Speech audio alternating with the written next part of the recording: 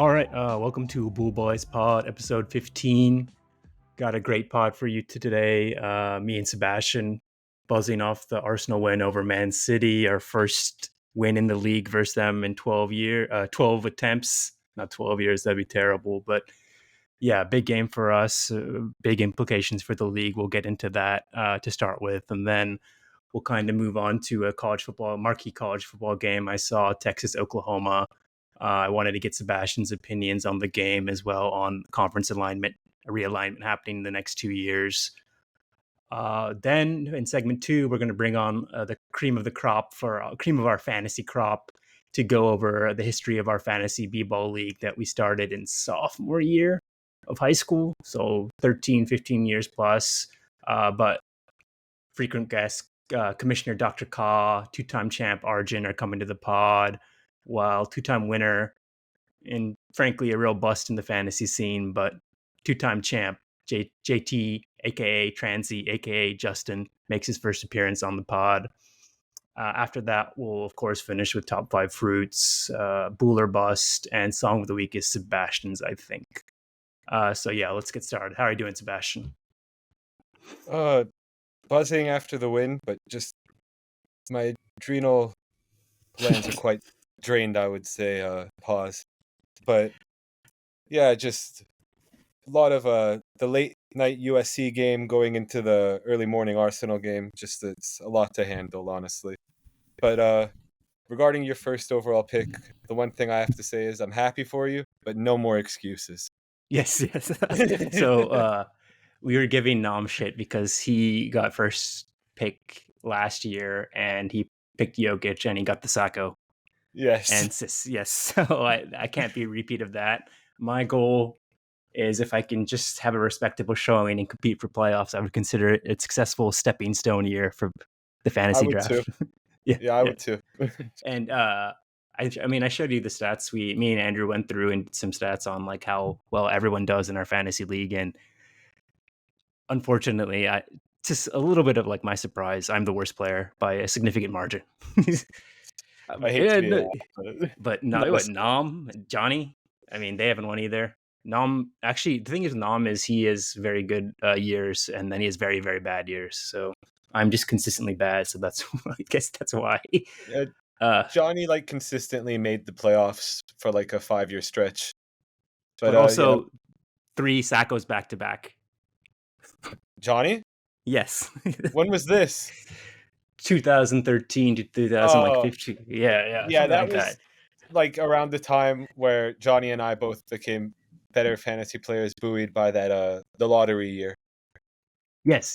That was also my 1-year bump that I got into the playoffs. I think I made the playoffs. I was curious when you got into the playoffs when I saw the things. No, I don't remember that.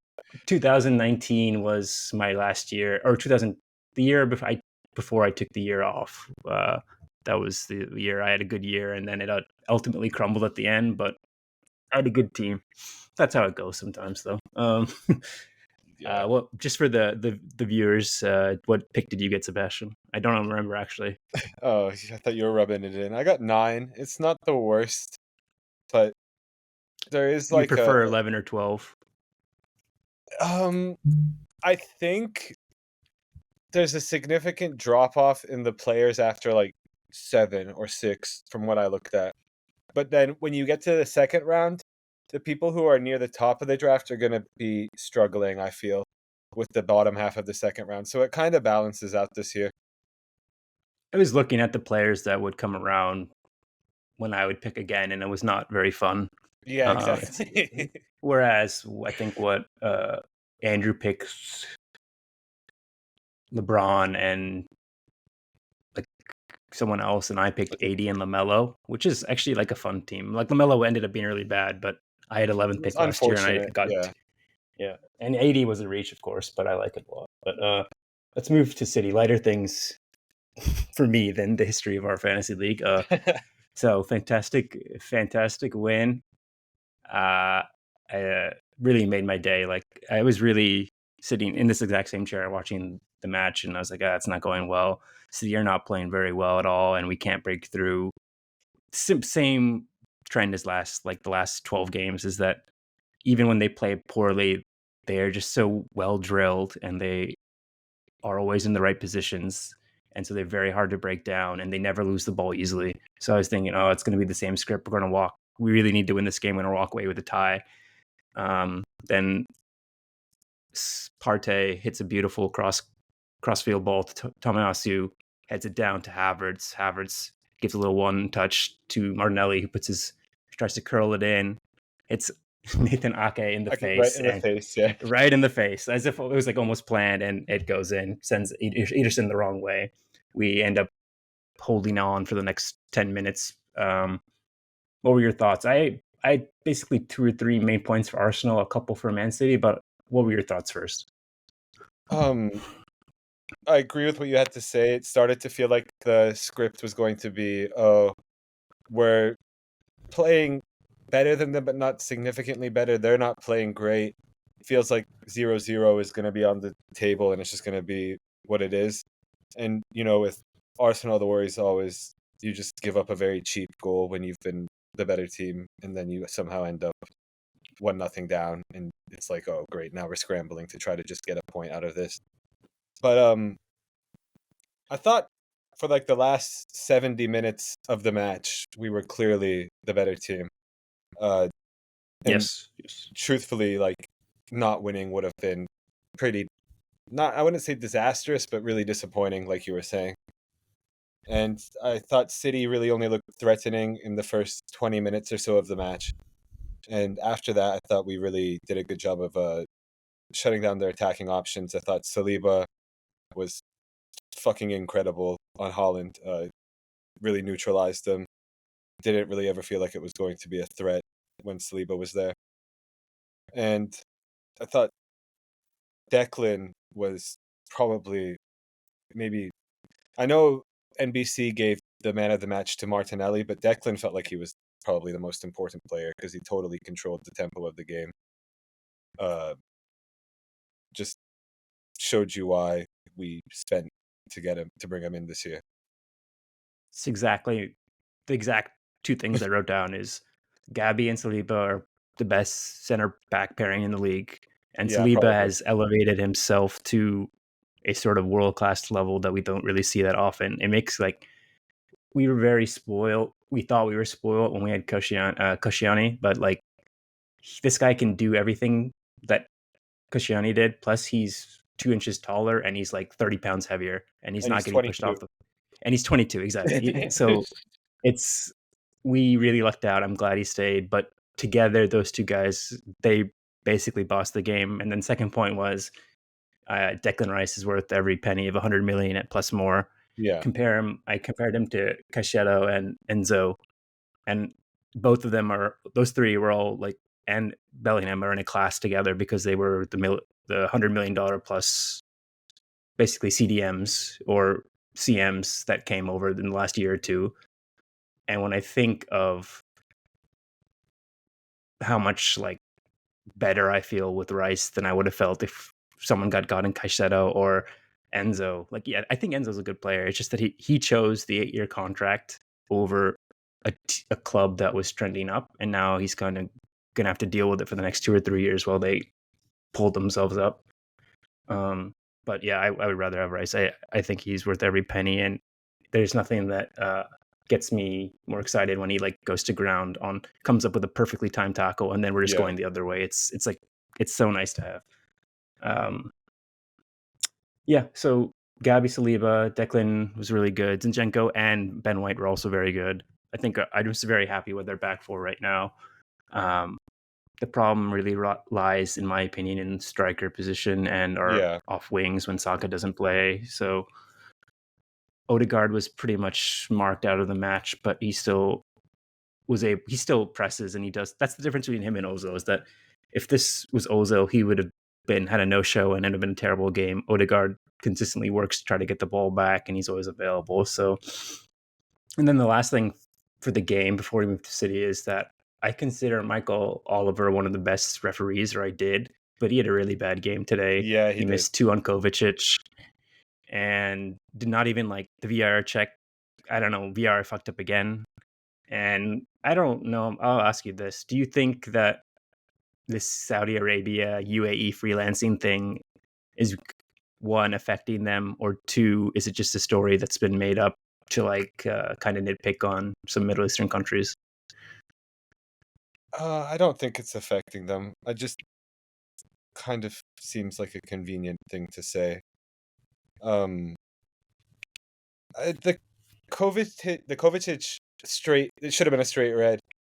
The First one was VAR straight looked. red for sure. Yeah, yeah. Like if that's not a straight red, I'm not really sure what is. I'm kind of glad we won against a full strength City, so we could see it. Like it wasn't like in the back of players' heads, like oh, we had to have them go down to 10 so we beat them, or like it wasn't a built-in excuse for their fan base. But yeah, I mean, it was ridiculous. And then the second one is clearly a second yellow. Like I'm not sure if VAR is allowed to look at that, but I think if they had, they would have clearly been like, yeah, that's a second yellow. There's no way he's not getting. Studs up into the ankle. Like Yeah, straight into the I don't, ankle. I don't understand how that's not a yellow. And he was not even And in position. That's what annoyed me too, is that he was like behind players and he just like, nope, not even looking at it. So not a good um, game by him. I'm not sure which broadcast you ended up watching, but Graham Lasso on NBC is like truly dreadful. And he was like, yeah, it's not a red card for me. I think it's a he used some stupid term like a high tariff yellow card. And the second, that would have been a very low tariff yellow card if it was referring to the one that should have been a second yellow. And it's like, no, that's not how life works. Like, that's a red. There's no such thing as a high tariff yellow card. And the second one is just a yellow card. Like, and I do like NBC's presentation, but I do feel that their color guys sometimes are absolutely terrible. For sure. So just to finish the Saudi Arabia UAE thing, it's the only reason I bring it up is because I've seen that there's some tabloids in England, and I know they're not the highest quality things, but also on forums and stuff, that they believe that Newcastle and City are getting positively like pop, because if you look at Rodri and how many red cards he's deserved and how many he's gotten in the last, since he's been there 4 or 5 years, like his first one, I mean, I don't buy that. So no, I'm not saying that like Michael Oliver's in bed with UAE or Saudi Arabia, but it's not a good look when you're getting paid 5, 10 times the amount to go and play, go referee games there, and then you have to come here, and then there's direct entities involved in Newcastle and Man City, like, and then you have to referee them here. It doesn't. It's a conflict of interest. Even if they're not cheating, I feel like it's a bad idea, and it's a worrying trend. Someone was mentioning that Gumaraj for Newcastle had like a straight red, and he didn't get anything for it. I don't know if you saw that game. I didn't see that tackle I, in particular, no. so I'm just bringing it up. I don't believe it's like that because, like I said, I think Michael Oliver is a good referee. It was just had a bad game, but it's a worrying trend. That's what I'll say about that. Let's anything else on Arsenal or the referee situation? I want to move to City really quickly. Just I wanted to add that when Martinelli came on, it really changed like the attacking feel. It was really nice to have him back. And I thought Arteta, Yeah, for like once, nobody could really criticize any of the subs he made because they all ended up working pretty perfectly. it feels so nice when you look on the screen and you see Tomiyasu, who's one of Japan's best center backs. Havertz, a German international who won in the Champions League winning goal, and then you have Partey, who's obviously like one of our best players, and they just come off the bench and they're replacing. It just feels so nice to have that level of depth, which we didn't have before. Um, I want to talk about City. We talked about Kovacic. I should have been sent off. Holland was pocketed by Saliba. But I do think that yes, we are missing Saka. Yes, we are missing. We got 50% Partey. We got 50% Martinelli, and there was a couple more omissions. But Rodri and KDB are more fundamental to what Man City does. Like Rodri in particular is only now is coming. People are coming to realize like he's like the key to their success. And KDB would have been perfect in a game like this because he just always fucks with us anyways. So they would have been happy with the point, I think, and to Hmm. steal that from them was very good. And then just wanted to talk about their defensive philosophy that Pep has kind of started with the four center backs, and you saw it on display today, and you saw like the full version with Pep, and you saw what Arteta's trying to do with Arsenal, is that the way they attack, it's so well drilled, and they only do it from safe places, so it becomes predictable. But the force of will is so strong, and like the tactics are so sound that City's overwhelmingly is able to like do the same thing over and over to each team and still win 95% of their games. Whereas if you compare Arteta's Arsenal to Wenger's Arsenal, the biggest thing I notice is that like there's this less freedom of expression and artistry, and with that we've sacrificed a little bit of that for like this immense defensive solidity and like ability to like, we don't give up those cheap goals we always used to give up with Arsenal, like, and a lot of it has to do with having good center backs and center mids, but you're not going to get that like Norwich goal, in my opinion, with Arteta, because you're not going to have your six running all the way through the midfield and like leaving a huge gap behind. That's not going to happen. So that's what I saw today, is that two teams that were so defensively solid and play in a certain way that doesn't let you attack versus them. And this is the type of game that comes out of it, a 0-0 with a chance 1-0 at the end out of nowhere. That's what I kind of saw. It's the comparison to Wenger's era, which is really jarring to me. Any thoughts on that? Yeah, I mean, I agree with what you have to say about City. They definitely just kind of feel like a machine sometimes, like a well-oiled machine. They are Exactly. just, yeah, they're just so sound. And it does feel, I agree with what you have to say about the Wenger era versus Arteta. Like, it feels like he's trying to bring some of that controlled, I don't know, more controlled attack and steadfastness to assignments. Whereas what you were saying with Wenger, he was definitely more willing to let Let people, Ramsey go box to box and leave yeah, huge holes in between. Yeah. yeah, and then you just be like, how did that man end up in the middle of the pitch wide open with three people on his side? And it's like, oh Yeah, no, like, exactly. so I do think, Exactly. like, people may say the Wenger era had more beautiful football played, I guess, but I do prefer this because Yeah, it just feels more controlled. you hit the nail on that. That's exactly what I was trying to get to, is that like when I look at some of the greatest aspects of Wenger's, like those plays, it's like, wow, that's breathtaking soccer and football. But and I haven't seen, like, there's one instance last year when we played out the back versus Chelsea, and it was like 5 or 6 quick touch things, and then we were gone. And then you could just hear like the NBC report, like, oh my god, beautiful, beautiful play, and like that's the one time I've seen it. But like offensively, we don't have that thing. It's always like our Odegaard's going to come with the ball. He's going to give it to Saka, see if he can explore it. Then if not, he's going to go back to the other side, and we're going to go through the back. So it's very like methodical. That's the word. Yeah. To your point, I think two good examples of this are Grealish and Sterling on Man City, and how Pep's been able to change them, because they both had I don't know if they both had the tendency to drift inwards and kind of overload and like free roam a little more than they're supposed to. And it was well documented that Pep City like drilled on into them that you have to stay wide. And if you stay wide, you have the proper spacing, and it opens up other players and stuff. So like that's, you see Saka and Martinelli, like Saka always stays wide. Martinelli will roam a little, but Saka always stays wide. And I think you can see Arteta's philosophy trickle down through Guardiola's philosophy trickle down through Arteta into our wingers as well. Yeah, I would agree. Anything else on Man City, Arsenal? I It's a think great we, day. yeah, it was Yeah. tremendous. It felt very good. Um, I I could feel the goal coming, and you stand up and you get excited, and then when it actually goes in, you kind of lose your shit, and that's exactly what happened with me. Yeah. I was getting to the point where like I was like, it's gonna be a draw. I'm watching it, but I don't really want to watch the end of this.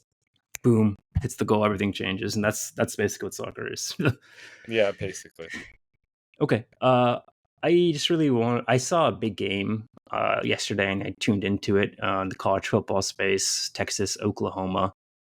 I did watch the second half. It was an exciting game. I wanted to get your opinion on the game, and then also like some of this conference realignment. I mentioned to you earlier that like the Pac-12 is doing really well and what this means for the Big Ten going forward and stuff. So just give me your thoughts on Texas, Oklahoma. Then we'll go to conferences.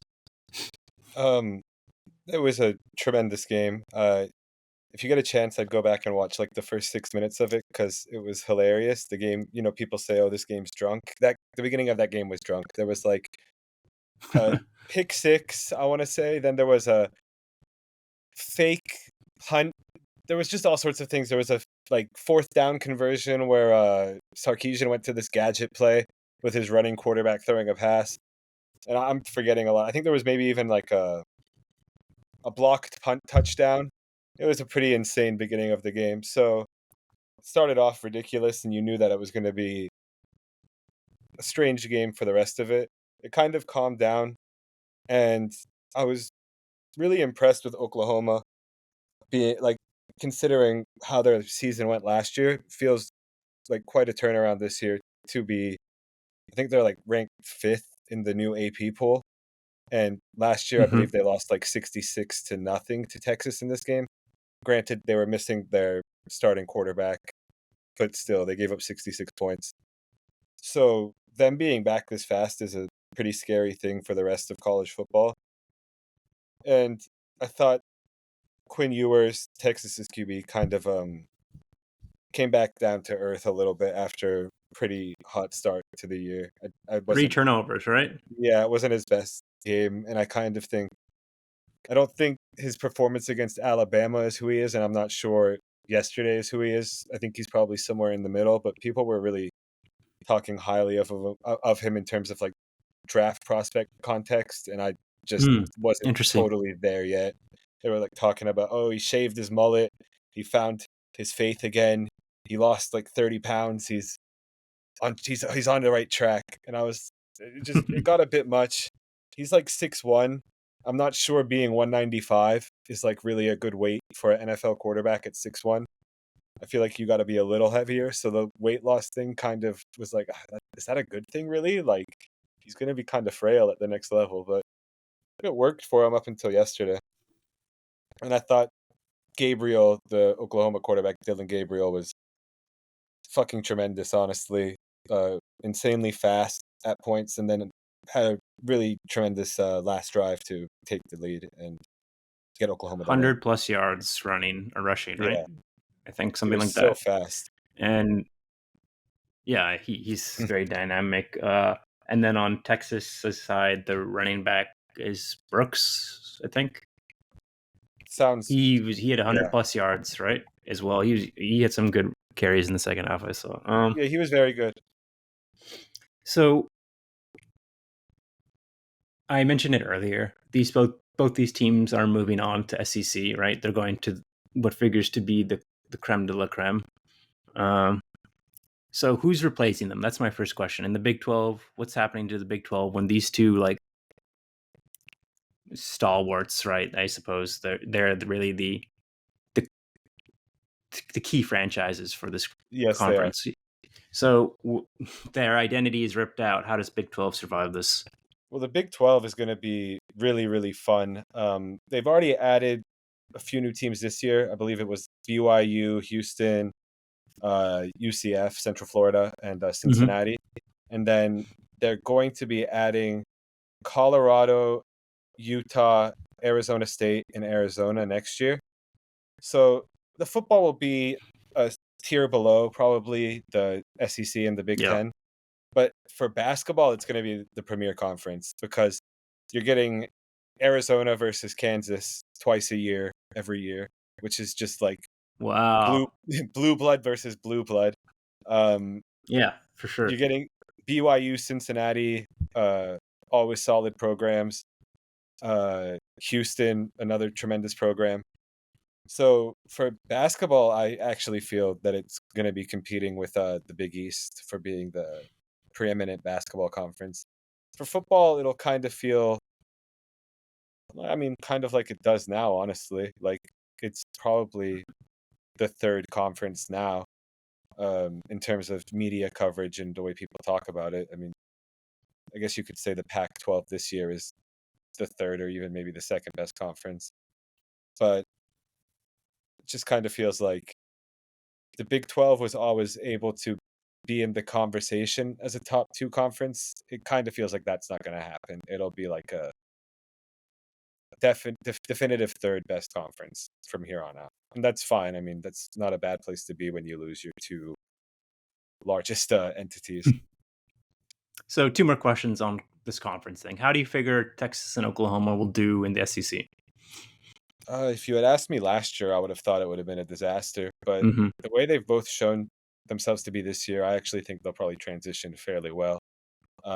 Texas showed against Alabama that they can compete up front, which was always the concern because everybody knows like line play in the SEC is the big distinguishing Big factor. boys. A lot of Yeah, big they boys. big, athletic, strong. Like that's really what has always distinguished the SEC from the rest of the country. And it feels like if Texas was able to show, like they did against Alabama, that they're actually able to dominate. I mean, Alabama's maybe not the premier team this year, but one of the premier teams. Uh, you definitely can see them pretty much instantly competing in that conference. I think they'll probably take a couple losses in their first few years, just because doing that weekly, if you're not used to it, is Mm-hmm. kind of a grind. And same thing goes with Oklahoma. I mean, Oklahoma's defense this year has been strong and athletic and really stout. So, yeah, I think both of them actually have a pretty good chance of early success. I mean, I think they'll probably be slotted into the SEC West. I'm not sure if they've decided how the conferences will break down. So that's going to be rough. I mean, LSU, Alabama every year versus those two. Um, don't see how you come out of that unscathed if you're not used to it. But yeah, I don't think it's going to be as rough as a transition as initially people thought it would be. So, I was looking at the top 25, and I mentioned to you before we came on that there's three Pac-12 teams in the top 10.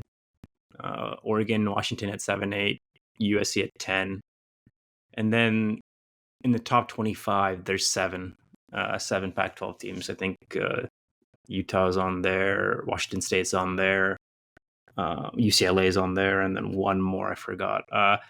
But I just wanted to get your opinion because we both went to Pac-12 schools on really what's going to happen now and where Oregon and Washington are going to the Big Ten. You kind of see their trend going up. What do you think about these other teams left behind? Well, it's only two left behind in reality, and it sucks for them because they've both been building something when they really were kind of bottom dwellers for a while. Oregon State and Washington State. I do feel really bad for them. I mean, the Cougs have like one of the most loyal fan bases in all of college football. Oregon State has always been one of those thorn in the side teams. I mean, you would know as a Yeah, Duck fan. Yeah, like down in Corvallis, bro. yeah, like that Civil War. Sometimes you don't know what's gonna happen, but yeah, I feel really bad for those two schools. I would hope somehow they, I don't know, either the Mountain West comes over and they make a fairly respectable conference that way, or like I don't know, the Big 12 should have considered letting them in. They would be like They're not. both ranked right now. Yeah, the problem is Oregon State and Washington. Good. yeah, the brand is just very, it's not very valuable, I think. Even though like I see. Washington State fans will tell you like we consistently rank in very highly when it comes to TV ratings whenever we're on TV, and I think that's just a testament to how loyal their fan base is, rather than like having some widespread regional or even like national Appeal. interest. You know? Yeah. Yeah. Yeah. I was sad, man. I see like we grew up with the Pac-12. I know you watched a lot of Pac-12 basketball with our friend Bill Walton. Oh, I love that. I'll miss him I dearly. Yeah, I know. It's kind of sad. So I just wanted to see like what's going to happen to these teams. So, uh, we have the two going to Big Ten. The rest are going to Big 12, and you have two stragglers. Is that what's anyone Well, else leaving? so you have USC, UCLA, Oregon, Washington going to the Big Ten. Okay. Um, then you have Stanford and Cal going to the ACC, which is going to be I remember seeing that. really funny. Yeah. The Okay. travel. It's going to be Yeah, immense. why are they doing that to their players? I don't understand. Well, money. They It's had no better than. choice. Yeah, they really had no choice. And the ACC, like as a side note, added SMU, and it Hmm. honestly, if you look at the breakdown of like the money, I believe SMU is not allowed to.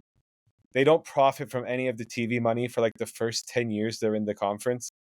So it's basically just SMU trying to get some brand prestige after. I mean, they were in the '80s. They were one of the best programs in all of the country. Then they had that whole death penalty situation where their program got obliterated. And the funniest thing about that realignment is for the I want to say for not basketball and football, basically every other sport, the ACC and the ACC and the two Pac-12 schools, all their teams, they're going to converge in Dallas to have like track meets and Oh my um, god. wrestling Logistics just duels. for this. Basically, yeah, SMU basically is just a logistics hub because the travel would be too immense for like the gymnastics and all these programs. So they basically are no home meets anymore. It's just going to be all in Dallas.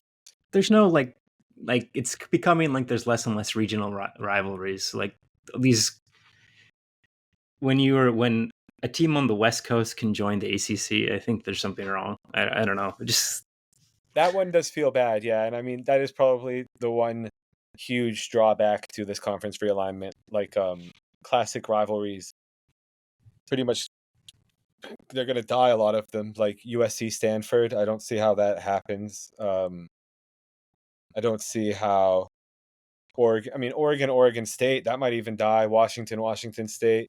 You would hope like they figure out a way to make that a yearly non-conference game. yeah, But if you have a choice, why are you going to schedule a game that worsens your chance at the playoffs? So, yeah, it makes less money than any yeah. other team. Yeah, so I don't know. It's who knows? It actually could make money, but well said. Let's anything else, or we'll bring in the guys for part two. No, I think that should be it. All right. Yeah. It's time for the Cool Kids fantasy history recap. We brought in the big guns. We brought in Jay Trans for his first appearance on the pod. We've brought two-time champion as well, Arjun. And we've brought the commish, the slimy commish, Dr. Andrew Craw as well.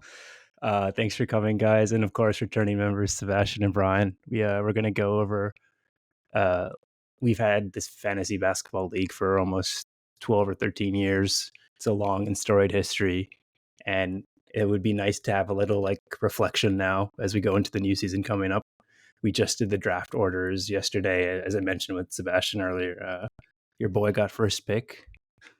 Thank you, draft gods. You know, like I was It's bitching not it. gonna change shit, Ashwood. That was the backhanded compliment Brian was giving to me yesterday. It's like it's okay if Ashwin gets first pick. That's what I interpreted it as. So I that's said fine, earlier, Brian. no excuses anymore. Yeah, playoffs are bust for me. I don't know if you That's way included too this in your funny. statistics, Astrid, but when was the last time you've gotten like a top 5 pick? Because I feel like for the last few times we've done these random ones, you've just been kind of bottom of the barrel. So the lottery, I think in 2018-19, when me, Johnny, I think Nam, we reversed the order by like how bad you were. That's the year I got Giannis come up. I think I did pretty well that year. Oh, is that so? So I made we'll go into it. I've only made the playoff twice, but there's some people here who's made it almost like 99% or 98% of the time. So we'll go through it, of course. Don't worry, Arjun. And we'll give your fair due for your 2 championships, but we'll also maybe uncover some worrying trends in your performance. We'll see. Okay. So let's start in Andrew, anything to say before we start? You helped me a lot with this. Any like teasers for what we're going to do? No, I mean, I think it's just pretty cool, like, to see what the data shows. There's a lot of stuff that wasn't really expecting, but we'll dive into the numbers. Okay, so let's start. Let's go back to 2011, and a group of friends make a fantasy league. Whose idea was it? Was it Andrew? I think it was me. Well, I mean, I was probably the main proponent, but it's obviously a joint effort. I'm surprised that it didn't start until after high school. I remember there had being. Well, I had so assumed that we it just I started think we out had a separate league. it started out as a roto league. We weren't doing head to head. Yeah. We had one, I think, junior and senior year roto league of high school. I don't know if it was included in these. Yeah, it's not included in these stats. So honestly, I don't even remember who won those. We can call that the ABBA era, and then now we've transitioned to the modern era. So now this is where stats are recorded, and players aren't plumbers and whatever you want to call it. But 2011, we make, and of course, it should be noted that there have been trimmings and like player changes here and there over the years. And so what we're going to do is we're going to look at the core 10. We don't have to say anything more about that. Just we look at the core 10. Jesus. Are you sure you don't want to, Ashwin? Yeah, I mean, Why not, everyone, dude? Another Why not? podcast. That's a sure- pot of its own. I'm sure There's- everyone here has their own opinion on it. So, Oh yeah.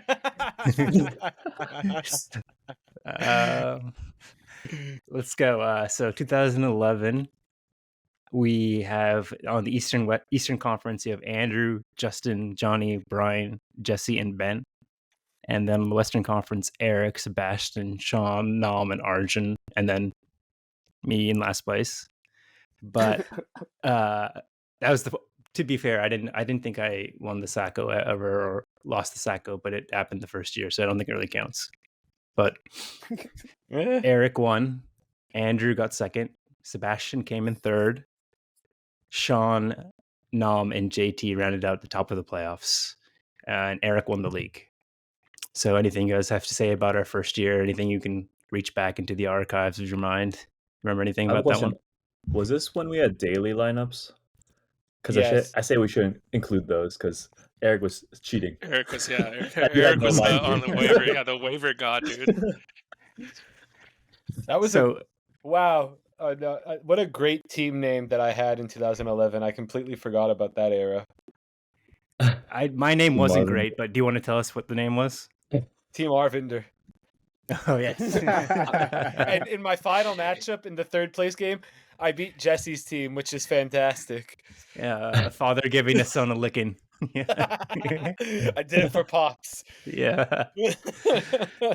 Speaking of which, Arvinder and Jasvina were the hosts of our fantasy draft order yesterday. Very gracious hosts. Got to see them after a long time. It was good to see them.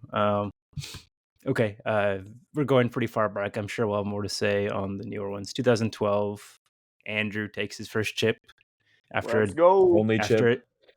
Only, yeah, first Hey, and hey, only. hey, hey. Still Oh, matters. damn, it's the Still only counts. one? Still counts. Oh. Yours was one fucking year later. It's not a huge difference. Yeah. But yours is you're more of a storied player in our league of making the playoffs live. It's just surprising that it was so far back. You're only champion so far back. Before Yeah. A lot mine. of tough things In happening. Would anyone Arjun, make the argument that okay, so me personally, I feel like I didn't really give a shit as much early on in fantasy, right? Probably the first 4 years until maybe 2015, 2016, I didn't really like make a big investment to be like, oh, I'm going to do research and I'm actually going to, I didn't watch a lot of NBA back then as well too. Would you guys agree that the competitiveness in the league probably has increased much more within the last, say, 4 to 5 years? As opposed to kind of 4 years, yeah. As opposed to No, like more, I'd say. Like probably like 2016 or 17. Yeah. Whenever we first Yeah, did I'd say- that reverse, when we awarded like Ashwin, me, Johnny, and can't remember the fourth. They gave us because we were the worst Nom. players. They gave us the top 4 picks, and it got like at least Johnny and I to start working harder. I can't speak for the other two. No offense. okay, hold it over here. Like we'll get into it. I just Like- remember when I moved to San Diego first is like when I started like really giving a shit and like putting in the time and effort to actually plan and shit like that. And I think that the record has shown that if you look at the graphs that I've done much better since that time putting in that effort. You know what I mean? I would say I'm inverse. I cared more, and then after losing so much, I got discouraged and stopped playing. I think that's fair.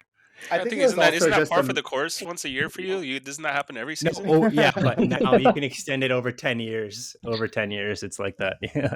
I think it's Uh, also just a matter of us as we were raising the ante to buy in. It just became more.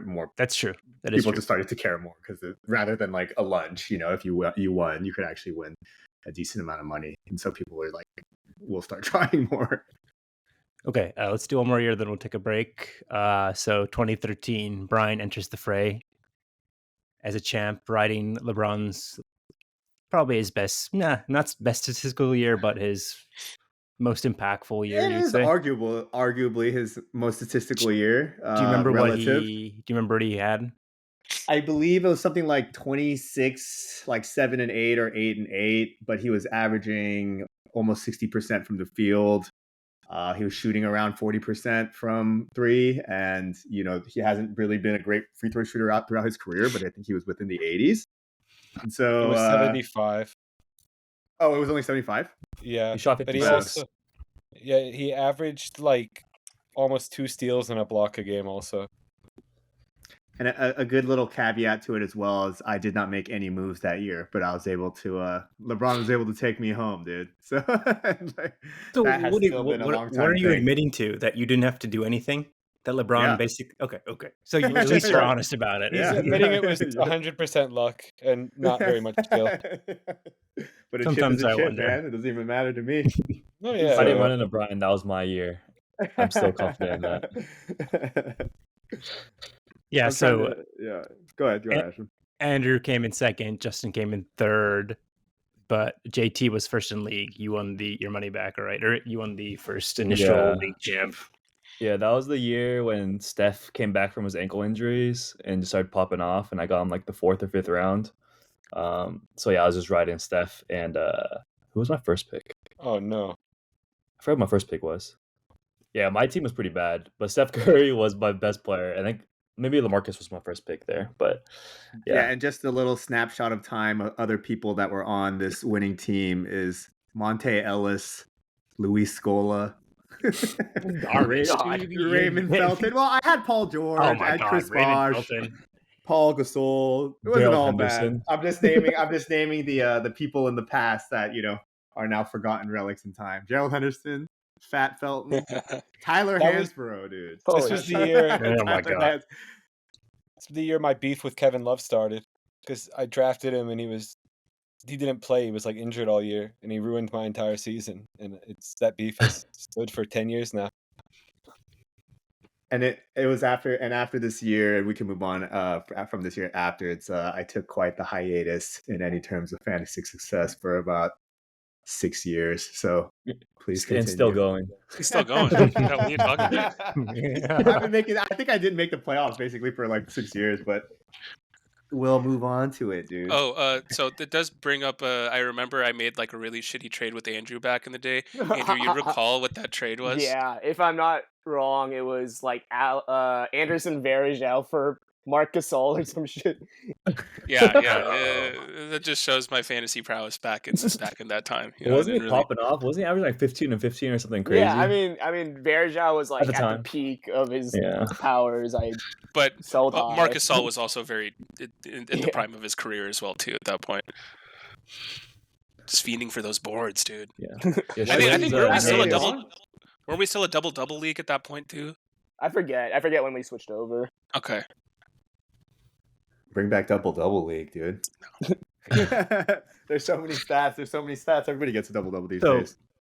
We should have mentioned that last year or the year Andrew won, Arjun was Sacco. So you take that one on the chin, champ. Yeah, Hum- no, I'm okay with that. Yeah, Humble it's beginnings. good thing. Yeah, Good thing our league doesn't have any Sacco punishment, right? we need to institute a Sacco punishment. For only the fact that it's like the fear of relegation in soccer will make you want to play more. Like even at the end of the season when your season's shot. Exactly, and it keeps a little bit like it makes the last game, or if there is like a close run for the Sacco at the end, it makes the shit tier as well too kind of exciting. So on both sides of it. And it should be noted, this starts a 3-year run of Johnny Sacco back to back to back.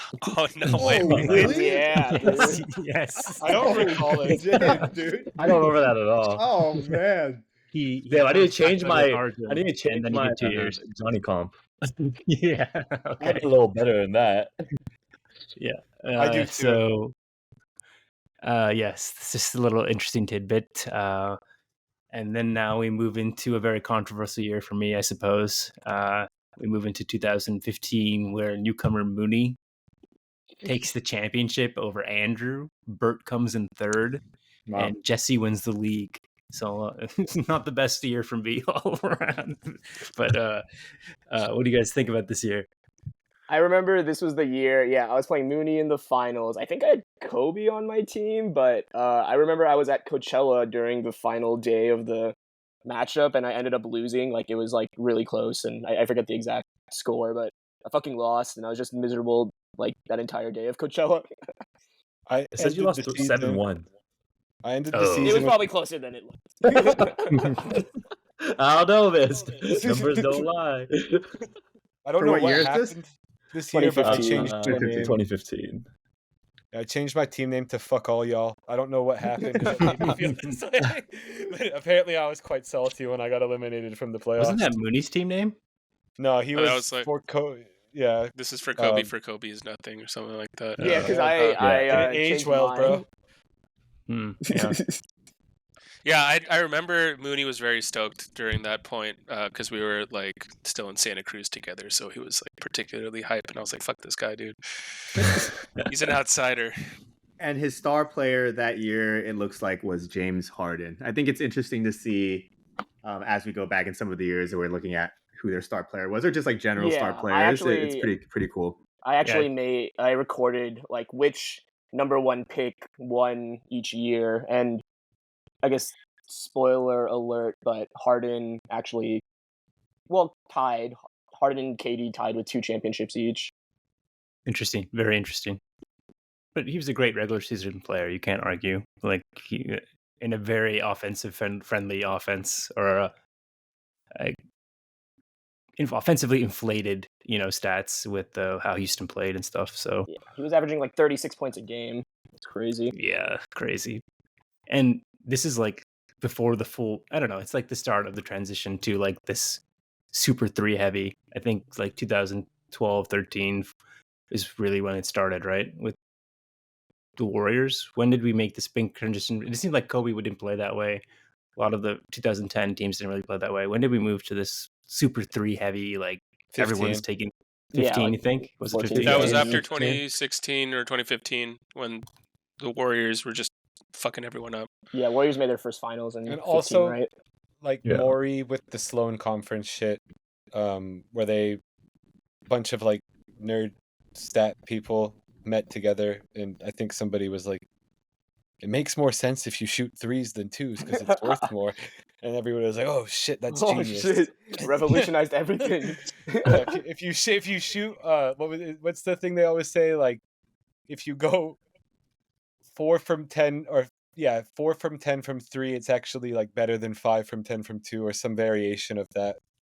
So basically, like, or 3, whatever. There's some equivalent. It's that even they always higher, I tell think. You- dude. you need to It's shoot, like like, 4 for 10 is like 7 or so, 7 of 10 or something. I mean, I'm You- obviously just pulling numbers out of my You ass. need yeah, to but shoot like 3 for 10. 60% Something from ridiculous like mid-range to make Yeah, it something an like that. average 3-pointer.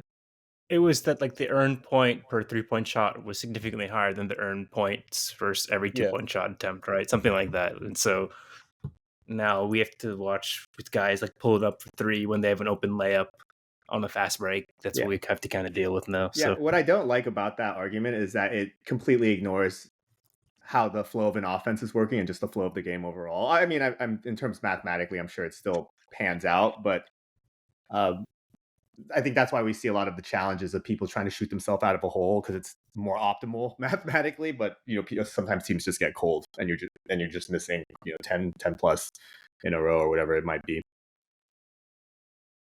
and games are like decided if one team is not shooting well and the other team shoots well and they get blown out by 20 in the first half, it's just like the game is over, right? It's like very tough. Unless they Um, get hot too, dude. Yeah, Unless they get hot kind too, of yeah. been the thing in the regular season that's kind of a diminished play at times. I think in the playoffs, it I would ends agree. up going back more to like teams trying to run people off the 3 and then people having to actually shoot mid range and etc. But in the regular season, it definitely feels like that happens quite often. Yeah, I feel like the lesser talented teams typically have to shoot threes in order to be in the game, just because there's higher variability. So yeah, sometimes they'll get run out of the gym because they're missing, but then when they're on, they're like basically in contention of winning or blowing the other team out. Okay, that concludes the first 3-4 years of league. Let's take a break. We'll come back.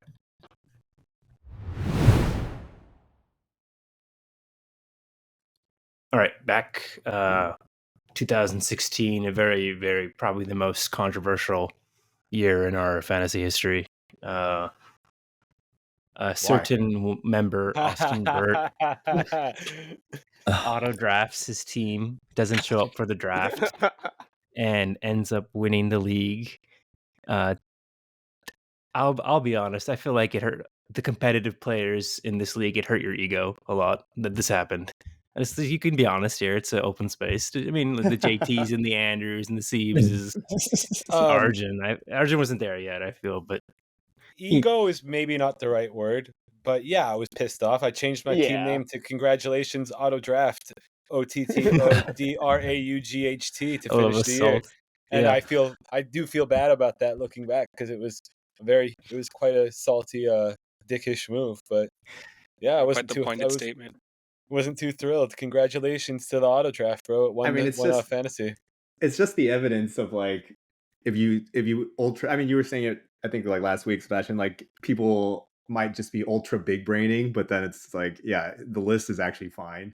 They get paid to do it. Yeah, the auto draft is actually super chill, and everybody's just big braining their way out of normal stuff. But I honestly feel like the list this year kind of sucks. But we can talk about So- that later. This sort of. My question in this year is: was he actively changing his roster? He was. I believe He he was, I think. He was. I Okay, can't come on, recall. guys. I think. I mean, he was making moves. Like he He wasn't was, just he like was. pulling a Brian and just not like zero transactions. Are you Okay, sure? come on.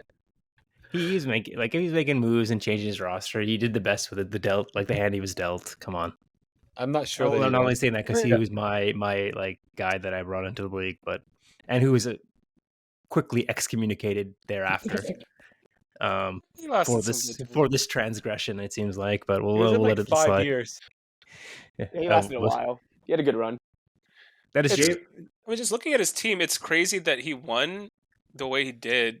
Just because, like, it's not that he had this crazy stacked team or anything like that. Like, his best player was James Harden, but then his second round pick was a Nerlens Noel, which is not Oh, like God. Nerlens Oh, had my an God. insane season That's season, right? Disgusting. So I think, yeah, I don't know, maybe just circumstance and just getting fucking didn't- lucky. When we get to the next season, there's something I have to highlight that I didn't realize at the time. That's kind of crazy. It's kind of crazy. I wouldn't have expected this player to be on. I mean, both it's also this just team and the another next year. crazy Harden season. The super prime, like Harden in his super prime. If you had him, he was putting up ridiculous numbers. So I mean, I think it's kind of also just a little nod to James as we enter the stage in his career where nobody even knows where he's picked these days. So I think that's just kind of cool to look back on. So you guys bullied Bert so much that he ended up in 2017 getting 13th place. He felt so bad, and he's such a great guy that I he don't felt think like that's he just what needed to happened. like not play that shit. But Or this he needed also to actually is fucking draft his team. That's what he needed to do. Yeah, maybe I think that's him probably drafting it. his team caused him to become bad. Maybe it started a 2-year Sacco spree for Ben, our good friend Ben. Not surprised. Yeah, honestly, I thought maybe we didn't calculate Ben's stats. Maybe I would be a better player than Ben, but I felt like there was always like one or two players that are worse than me, but it was just that they were the other guys. So, 2017, Sieves makes a statement. I didn't. Yeah, I have a lot to say about this year, but I'll let you go. All right, go ahead, take the floor, big guy. I didn't lose after the new year. I actually, for that entire calendar year going into the next season, I didn't lose from January into January. It was one of the most impressive runs we've ever seen in fantasy sports. Is that true? Yes, it is. I remember being very proud of it. I didn't lose for like a full calendar year. An Wow. Arsenal Invincibles type vibe, right? Is that what you're saying? essentially, yes. And I did this I won 2017 with Kevin Durant going down and missing like the last month and a half of the season. And I remember like I was so into it. I was like, I gotta make these stats up, and it's not gonna be one player; it's gonna be two. And I think I ended up relying on Rondé Hollis Jefferson and like I don't even Marquise Chris or some Oh combination of God. this. And I was like, this is gonna this and it worked. And what I was trying to say earlier is I didn't realize that Isaiah Thomas was both on Bert's team and my team. So IT actually won back-to-back fantasy championships, which is quite impressive. People wouldn't necessarily think of Isaiah Thomas as like a great fantasy basketball player, but for those 2 years, True. Yeah. he I mean, was those pretty couple of elite. Celtics years, he was fucking massive, and he was probably going pretty low in the draft compared to And his yet, output. this was like Jokic's breakout year. Marvin Williams' best year of his career. And I think the other standout is my boy Cody Zeller being on the team. And I know Justin always loves to shout out that Cody Zeller is my boy, and I think this is the origin of me loving Cody Zeller. Great player. Andrew, we forgot to go over it, but can you give us Mooney and Bert's key players? My thing is kind of I can't pull up pages right now. Oh, no worries. So 2015, right? Yeah, Mooney would have So been 2016. Mooney would have been like Harden, Klay Thompson. Yeah, you're He right. also had Harden, Marvin Klay Williams Thompson. actually. So Marvin's a two-time champion. And he had like Andre Drummond at his peak, I guess you would say, sort of. Yeah, it's kind of It a looks like strange team to Harden look carried at. both of these teams. Yeah, That's Oh yeah, what Andrew. Greg Monroe too. He had Greg Yeah. Monroe. Moose. Okay. I mean, Harden carried Jesse to winning that regular season. I forgot which regular season he won, but his team had Harden as well too. I feel like that was just like a very dominant Harden time. Anyone that had him, he was just He won fucking back to people up. back. Yeah, Well, it was just the threes, dude, right? He was getting like sevens. Like he could easily, on any night, get 6 to 10 threes the way they were playing, right? And he's just all assists. around, right? He's getting Assists, you rebounds. field goal percentage. I mean, he was raining. He was giving you free throws. He's giving you assists, rebounds. Mm. Probably getting some stocks as well too. Like, just fucking nasty, dude. Yeah. You're muted, And GT. yeah, we just mentioned Siebes' key guy was KD. And then not 1 year later, Arjun comes back. And he also stakes his kind of flag on the moon type situation. And he comes up with the championship, beating JT, and he sold their JT. You remember that one clearly? JT, you're on mute. You're muted, JT.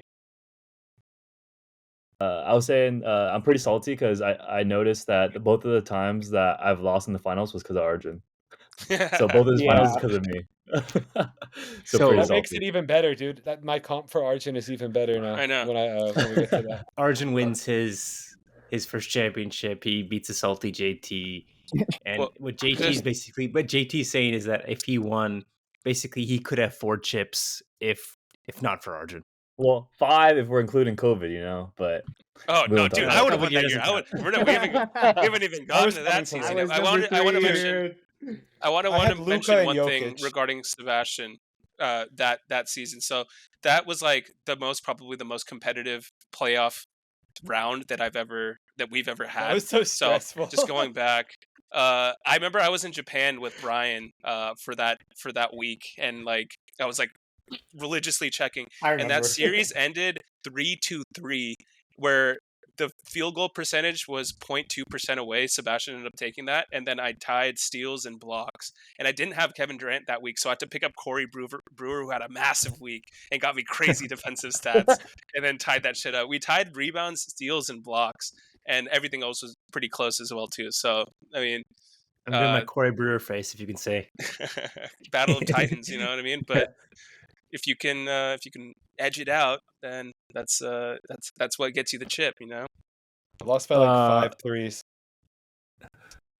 Yeah, in the semis. Yeah, but I'm not that. Yeah. That's okay. I'm not that salty about it because Arjun's team was like clearly the best team that year. So 102 wins in the regular season. Yeah. this is the last year I think Eric is with us. He comes in third, Steve comes in fourth, Nam and Ben round out the top 6. Arjun has a solid like comprehensive win. He wins the league and he wins the playoffs. JT comes in second for both, so very salt all around for JT in 2018. Not a good year for JT, but fast forward one more year, 2019. JT gets his revenge. He takes the playoff championship, comes in second in the league. Andrew, our boy, chronic regular season champ, God, super yeah. choker in the playoffs. Super choker, Always the dude. bridesmaid.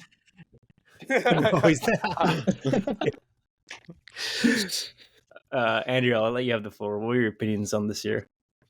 Yeah, I mean, it's just same old story. Like, drafted really well, and then some bullshit in the playoffs. I think this was before the time I started looking at like playoff scheduling to figure out which players I wanted. So I was always like outnumbered by games played in the playoffs, and so that just screwed me. And yeah, these are like all the years I finished like 4th or 6th or whatever. But it wasn't. I think this was the final. I mean, Justin can talk more about the finals, but the finals actually came out to be super close with Jesse, who I think was like a pretty big underdog. Yeah, it was actually surprisingly pretty close. I thought I would take it pretty handily, but I ended up tying, and this is why it makes it so much sweeter. Because 1, it was against Jesse, and then 2, yeah, we ended up tying, but because I had a better record by only, let's see, three ties, I ended up winning tiebreaker and winning the league. So it was just 2v4 close. matchup, right? So JT was 2 in the league, Jesse was 4. A small difference of those 3 games you mentioned, and that was the difference in the end. And I think this spawned the 2FT McGee team name from Jesse, because I think he lost by like 2 missed free throws in the final day. Oh, that's classless. Team, how can you be classless towards McGee, dude? Great though. Yeah, we can see. I'm It looking just at Justin's rhymed. team It for wasn't- it wasn't, 2019 too. We Jokic see on that lane. Yeah, early Jokic starting to take presence in all of these dominant teams. You also had some early Bam and Shea sightings, even though they were pretty. That foresight, dude. That foresight. I knew Bam was coming. good. I called it, dude. 16, 10, and 5 or something. I called that, and he had that. Yeah. So That's a So- nasty I was team, pretty stuck dude, in with that Kyrie That's Irving. too, dude. impressive. That's impressive. Kyrie, Damian Dotson. Maybe Y'all know Eric who the hell that Bledsoe got a is. chip. Slimy waiver wire pick, dude. That's what it was. Prime steroids, John Collins too, dude. Damn, dude, average 20 points per game. It was so Non-big finger. Oh wow. Is Damn, he had winning that his final game was 20 and 25 for John Collins that year. Pretty crazy. is winning that chip so- the greatest accomplishment in Eric Bledsoe's career? Was Yeah. Let's not talk about Eric Bledsoe. Wasted potential, in my opinion. He was had like the Well, shoulders of an ox. He could have like played 5 positions if he wanted to. He just I don't think he could have played Mini center. It would have been a LeBron. pretty bad one. Bledsoe. I like Bledsoe a lot, but he was a very frustrating I fantasy do like player him for me. too. So if I did make it clear, Arjun's key player was KD, and then Brian just Victor mentioned. Oladipo. Okay, Yeah, Oladipo, I'd say, was the key back player. then. Because But Arjun your caught, like, ace the was best year. KD. But you felt like the reason you won was Oladipo. Is that what you're saying? Yeah, Arjun? because I think I got him in like the 7th round or something like that, and he overperformed. He was easily like top 50 player, if not better. Like he Better. was playing super fucking good. Tobias Harris, he had a pretty breakout season. He started knocking down like a good amount of threes. He was averaging a lot of points as well too. Yeah, and Kyle Lowry was still doing good. It was just like a pretty stacked, but like I imagine just that Victor Oladipo bolstered the team significantly just because like it got so much value in that later round.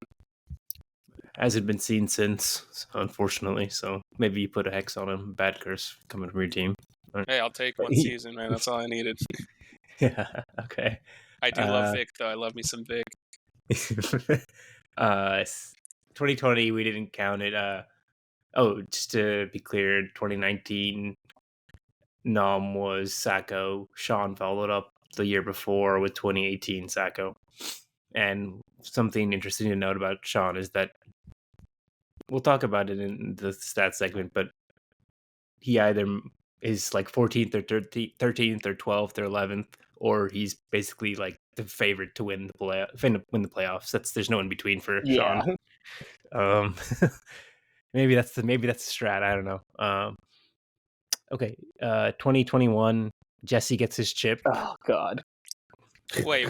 So we're just gonna completely disregard the fact that 2020 season did exist and the people that were at the top. So I think it's important to note that Brian, that was when he could have made he would have gotten into the playoffs in that season. Team White Claw, but he man. got cut. Team White My Claw. team was second place. Justin's was I would've- first place. I would have won that entire season if you look at my roster. I was coming off those. I had Jokic and Luka. There was no way anybody was beating me if I got into the playoffs. For the It last should count for something because count for it nothing. was. It'll count on this. It'll count for In something. memoriam, dude. It's counting now. We're counting it now. So there you go. Because it was quite Yeah. far through the season. If you look at the people's records, Yeah, it was, no, it was it like pretty didn't- far like, this I had season. 12 ties that season. What the hell is that? No, I think it counted a bunch of all Oh, the for like lost sure. games as ties. That's pretty crazy though. If I just had 12 ties throughout a whole season. So yeah, Jesse wins versus Andrew. Andrew's obviously very salty. He won the Oh, league God. that year, You love to see and it. Brian gets his Sacco. Or Yeah. I looked at the team recently. It's really bad. Well, you were first picked that year. Yeah. Let me name the team. We're doing 2021. Yeah, let me just some good notes in here. Minus Giannis. Giannis is my best player, but I had John Wall, who missed half of the season. I had Carmelo Anthony, late Oh my career. God. Carmelo Anthony, Blake Griffin, Oh, late this is career. the Blake and John Wall year. Andre Drummond, late career. Tristan Thompson, late career. Lonzo. Oh God, this is fucking Basically, terrible. it's really bad. It's pretty bad. So I'll have It's to. a great team in 2015. The Brian Classic So- players. That's what have it to is. hold that L, dude. This was a transformative year for me, dude. Transformative year. We're only going up from here, man. So I have a couple quick thoughts on this season. So this was probably my most dominant regular season. I finished Yes, it was. 90, 37, and 1. So just like Siebes and years prior. I hadn't lost a single matchup this entire season until the fucking finals, where in the first day of the finals on Monday, Jaylen Brown and Kevin Porter Jr. both went down with injuries. So I was playing with 8 players compared to Jesse's 10, and the rest is history, unfortunately. So sad for you, Andrew. It's just Wow. quiet. Yeah. Nobody gives a Yeah. shit, dude. Andrew. Wow. That is literally crickets, dude. Get the fuck out of here. that's hilarious.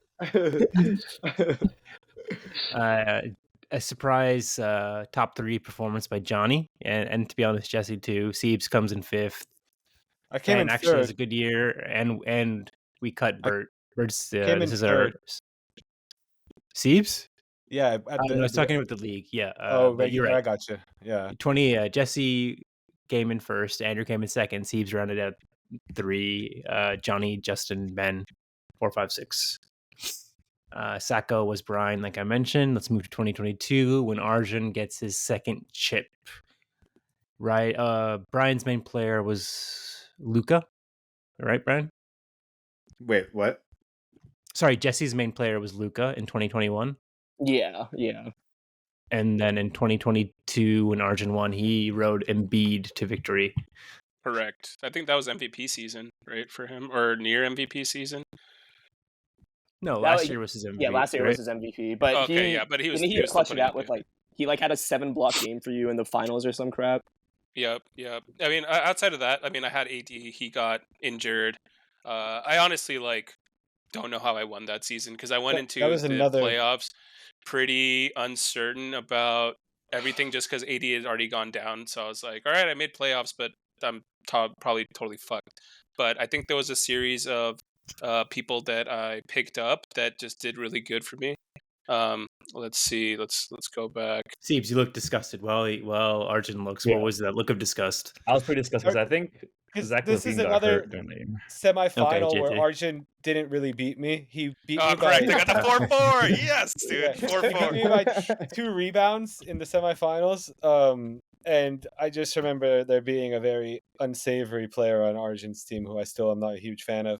Oh, kind of dude. kills Okay, no. me. Now I remember why I won this season. Jordan Yeah, I fucking know. Poole, dude. Yeah, Jordan Jordan Poole Poole. carried me the shit. He went off so hard in the playoffs, dude. He was like going off like crazy, dude. And that's in that first week when I played Sebastian, he had 106 points, 3 steals, 27 assists, 17 threes, dude. So sick, dude. On 19 for 21 free throws, so 90%, dude. It's so nasty. It's just the foresight, bro. Pool party. Clint Capella was the huge letdown. I don't know. Yeah, that guy sucks. Clint shot No the bed offense, for Clint. you. Yeah. I mean, Justin's team was like the most dominant pretty team hurt. this season. Yeah. Zach LaVine got hurt the final week. Kristaps got hurt for 2 games, and Caruso also got hurt 2 games. So Yeah, I yeah, got the spoon first early fed that. week, so yeah. I got spoon fed that in the finals basically because I didn't have my team going up against yours. That's shit, dude. Yeah, I And remember Jordan Poole thinking. also went off again that week, and he had 23s on 116 points, 25 rebounds, 20 assists, and yeah, Jalen Brown. Yeah, it's just hey, lightning was strikes out, right? twice, I guess. Dude, it was crazy. I remember being like Steph got shocked injured. that it I turned was out pretty that way. confident I was gonna win that pretty Yeah. easily, and then I lost. I was like, holy shit. Those are the hype ones for sure. I hope we to take experience those. that someday. You. Might be the year, man. This might be the year. Yeah. So Arjun wins. JT takes second. Sebastian comes in third. Johnny, Nam, Andrew are 4, 5, 6. Mooney gets Sacco, and because of he gets Sacco, he's banished. I return to the league, and I instantly get 11. I actually back-to-back near Sacco misses by yours truly in 2022 and 2023. But yeah, let's go to 2023 and wrap this part up really quickly. Sean wins. Sebastian comes in second. Brian comes in third. JT, Aria, Andrew are our playoff contenders in that order. Sebastian won the league. And Sebastian, since you were closely involved, what were your opinions on this one? 2023. I wasn't as salty about this loss as I was the year prior. I don't think I could have really. I think Joel missed one of the games of the finals. Everybody, and Sean was missing players too. It was kind of a shitty finals. People were just like going out left and right for days, and it was kind of anticlimactic. I had to sit Jalen Brunson, and I was beating myself up about it. But then when I did the calculation that if I had played him, it still wouldn't have made a difference. So I do think like Sean probably was the deserving champion, and I'll be gracious about it, unlike with Arjun, where I won't be gracious at all. His team was pretty stacked. Yeah, Sean's, nasty yeah. team. Nasty. I feel team. that I overtook Sean in the regular season standings only because like he got injured, I think. Yeah, I think going into the season, his team was like known to be pretty injury prone. Where it was like typically like in a regular season he would be in the bottom leagues, but yeah, his team ended up being luckily pretty healthy the entire season and ended up getting chipped. A lot of great value picks. Alexander's breakout and just like staying was healthy, the key fucking playing insanely well. I mean, there's a reason why he's probably top 7, top 8 player. Top 2. Oh yeah. Psyops begin. Brian, Andrew was saying that Sean picked up Shea in like the 4th round or something this year, and that was basically his key to victory. His first pick was Tatum, but or his number 1 ace was Tatum, but the Shea pick really carried him. And now the inception has begun to like pick Shea at 2 or 3, even though like I see a lot of boards have him at like 4 or 5 is at the highest. So very interesting. 2 or 3 is Shea's aggressive. emergence. But going off Sebastian said real quick, I think one sort of damper on fantasy in the last few years is just like how many star players are resting towards the end of the season. Like we've been trying to curtail it with like moving, the end of our season back before the end of the actual regular season, but like it's an inevitability that people are going to get screwed over during the finals because of just like resting. But it affects everyone technically. So but it's like a lot more just luck of the draw. Mm-hmm. But then it puts like this bias on players that are on good teams, right? They're going to be not really there for you at the end because they'll be resting, whereas teams at the bottom, well, they could be tanking too, but they also could be trying to fight for that play-in spot. Right, and I think that's why Sean got Shea, because Shea the last 3 years before this had been resting like the last month of the season, getting shut down, and this year they're actually competitive, and he's like, oh crap. Didn't the league institute something about resting? Yes. What was the Yeah, exact you have to rule? participate in at least 60 games to be considered for like 65. all NBA and all that. Or 66, right? 65. And then Somewhere around there, yeah. there's like for national TV games, I believe there's some special rule where like you can't rest for certain matchups. You Like have 2 to play. stars or something like that. Yeah, So 2 Yeah. stars I can't rest. I don't know and how then- much it'll actually help. exactly. If they're yeah. not injured, though, I read that is like you can't be bladed like the Spurs do and stick it in the NBA's face. Like you have to have you have to make a legitimate reason why your But you players can also are just say sitting out. You sore can say ankle. anything. Yeah, Yeah, just like, say it's not anything, like- though. Exactly. Just don't be an ass Back about it. spasms, And, back like, spasms. You know, those are random. Yeah. It's like you can't could just really put say like anything. rest in parentheses out for rest. That's like I don't know. That's what they're Yeah, trying I to. don't avoid think about it's going to make much of a difference. I feel that the league's going to find teams. It's going to depend on how much teams are willing to pay in fines. They might be willing to take the hit if it means like a better chance at winning down the road. Also, it like punishes older superstars like LeBron. Doesn't need to play versus the Spurs. LeBron's immune. Yeah, there's like a rule for like, Okay, like okay. old ass players. Oh, really? yeah. Thank Yeah. God. Like Yeah. okay. over KD 35 or and something LeBron like are that. both like excluded from the list. Yeah, I think like it's over 35 or 35. over like 1,400 games played or something. CP3 got his buddies taken care of, right? He's not there anymore. It would be Kyrie, I believe. No, but like Isn't he's Kyrie close and with CJ or LeBron. something? He's close Yeah, with LeBron CJ. outside the court. Grant Williams. Grant Williams. Yeah. I don't know if Kyrie's there anymore. I think it's CJ and Grant Williams. Okay, let's finish this up. Any final thoughts on these our year like by year history I will review say of the league? My Yes. favorite quote year over year from Andrew when he's out of the running for the chip, he always says some shit like, "Oh, if I was playing the winning team right now, I would be beating them." It's like, shut the fuck up. Dude. This is tough. Yeah, yeah. I run No, like the literally, numbers, no one dude. cares. he Yeah, no one cares. calculates. Dude. Crunching He's the like, He "Oh, numbers. likes to man. torture himself. Yeah. Masochism. It's literally only torturing himself. He does it every year.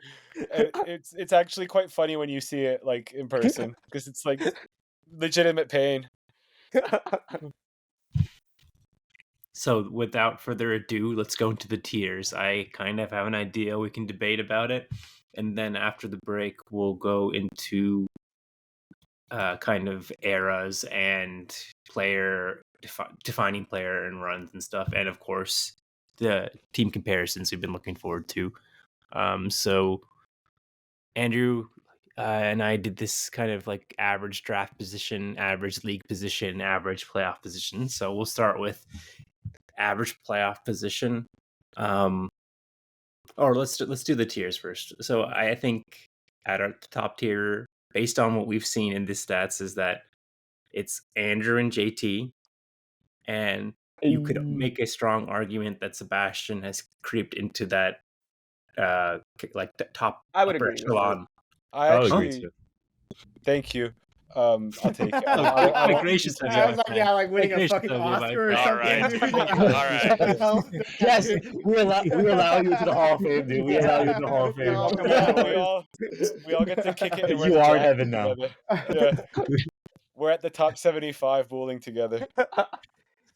Okay. I think the first few years you started off a little rough, but if we Yes, kind of take yes. those out of account, like yeah, you're definitely top tier. And I think that's thank you. critical to his team's identity over the years. We'll talk about it in the comparisons. But yeah, the emergence and like the final validation with the chip in, what was it? 17? Yeah, there you go. So, Arjun, any comments on that? I don't have much to say. Yeah. I only have one ring on, but I technically should have two. I think that overall, like I mentioned before, that I don't really give a shit until probably 2016, 2017. So if you take as a weighted since then the quality of my team, it fluctuates quite a bit, right? So some years I might take a little bit of a gamble, some years I might find that gamble pays off. And if you take in 2022 and count two out of good teams, so say in the last 6 years since I've actually started giving a shit, if those are my 3 or 4 playoff appearances, not too bad. And two titles in between. So, I mean, I think, yeah, in terms of like consistency going into the draft, knowing who's going to be good, it's always going to be like JT's going to have a good draft, Andrew's going to have a good draft, and nowadays I'm always thinking Sebastian's going to have a good draft as well too. Nobody ever gives me credit for my draft. It means a lot. Oh, woe is you, dude. Yeah, no one wants to stroke your dick, bro. I No one's actually gonna... like it. No, I actually like have always You actually, of enjoyed. course, you like it, Sebastian. The voice. No, I've always enjoyed that like people don't mention me when they're talking about scary teams. I've always enjoyed this aspect of it. They're like, "Oh man, I seems know like you're a a scary great team draft. because I always have to play you in the fucking playoffs, dude. And I have to always tell you that, you know what, your team's not that scary. You got the fucking scary slayer here. you got lucky twice. It's fine." Okay. I'm happy I'm third pick this year, but I'm pissed I'm drafting between Arjun and Justin. High praise from the commish. I'm Arjun, gonna get take it. screwed. I know. Yeah, I'll take it, dude. Okay. No qualms about tier 1. Let's move to tier 2. Everyone good? Is there... How many total tiers do we have? Yeah, that's a good question. I'm just looking at the data now. I didn't make them before, but this is what I feel in my head, in my heart, that and you might be surprised by the next player who actually came up in tier rankings. Anyone want to take a guess? Jesse. Yeah, Jesse. It was Yeah. Jesse. Yeah, 6.5. Yeah. pretty Average league position of underrated. 6.5. Yep. Hate to Everyone admit shits it, on but- him, but he's actually he's had very good runs and He's a very high, competent like player. more high league placements than you think. So he actually had better stats than Brian, better than Arjun. So Jesse Cummins in the top of tier 2. He also has the chip. Then technically next it would be Arjun. Arjun comes after Jesse. I think he'll let you hear about that one. Dude, I mean, do we put Arjun above Jesse because of the ring? Like, he's Yeah. got an extra Ooh, ring. you could put them in the same. Yeah. Yeah, I would do that. I would don't think actually, it's- so. yeah. I would Yeah, say so. I think Yeah. it's Top not of just the tier 2 stats together. its own. Yeah. Yeah, Cool. Well, let's a go through the debate. No, entire I tier would and just then you put can rank. Arjun above, right? Because yeah, I would. Yeah, The people fair, have that's fair. spoken. Yeah. I think So it's that's, a yeah, debate. it's I may go Arjun. Jesse. Yeah, just Hot because you take, want to hot stir take. the fucking pot, dude. Or actually, rather, it's not even technically Sean has placed higher on average than Arjun. So his Damn, average bro. league placement is around 7.5. Arjun's at around 7.8. So it would actually be Jesse, Sean, and Arjun. But Arjun's second chip. These are all guys who won a chip. They at least all of them have won. But Arjun has the second one. But overall in the league, he has done worse than them in Yeah. the course of the history. That's And that's then- my read on it. Yeah. Just looking at win percentages, only 4 people have above a 50% total win percentage. Everyone in the top tier, and then Jesse is at 50.51%. Impressive. Got to give kudos where kudos are due. lifetime. Yeah, lifetime. Underdog, and I think it'll tie in my comparison for Jesse is will be go ahead, Arjun. Oh, no, I don't have anything. Okay, for sure. So then you could argue that the next player is Nam or Brian. So Oh, you could give me Oh, over. no, I know you have to go I think Brian. generally you have to go Come Brian. on, dude, I got Nam. Dude, come on, I It's have a probably chip. go Nom. So we're saying I- this is I mean, I tier go 2, Brian, I so mean. you know so so it do, goes like Arjun/Jesse, then Sean, right? do you think that Arjun, Jesse, and Sean are a tier above Brian and Nam? Yes. I think Brian belongs in that tier. I don't think Nom does. Thank you, Oh, tough Andrew. for So Nom. Brian's in his own tier. Is that what we're saying? Dude, No, I come think on. Brian belongs at the bottom of second Tier 2, second tier. Okay. I have a similar issue as Arjun that earlier on, I mean, minus the most recent Sacco, I had a stretch of like 5 years where I was just like dirt garbage, right? So that just weighs down the metrics a That bit. is important. It's for everybody. It is, yeah, no, I'm saying, but like, I was gonna say is the more recent years, I haven't been doing as bad. So, I know we didn't count 2020, but I like was having a good year that year. Right. I had a pretty decent year this year. 2019, I had a pretty decent year as well. So in recent times, I think that would be enough to carry me forward when the league was more competitive. And Crunch as the the league numbers, has gotten dog. more competitive, as the league has got more competitive, Nom's in the dust. Yeah. I'm putting myself above Nom, dude. I mean, That's all Johnny's I'm right there saying. too. yeah. Johnny's at 8.58, which is pretty close to both of them as well. Yeah, So- technically, Brian has a higher win percentage than Sean. What Wait, is it? how? But Sean's more 48. clutch. Is that what you're saying? Yeah, Brian don't got that clutch gene. 48.7 compared to 48.3. I mean, it's all close, obviously. But... Yeah. So here's my read on it. You got Arjun and Jesse, who are basically at the top of tier 2, and then you have Sean and Brian on the second rung of tier 2, and that's the end of that tier. Is that fair? I'll take Good it. with that. I'll That's take okay, it. yeah. Argue, honestly, Johnny. No. Yeah, I think the chips are the differentiate. The differentiator are the chips. Yeah, I agree. I'll leave it at that. Yeah. Okay. Third tier, Nom.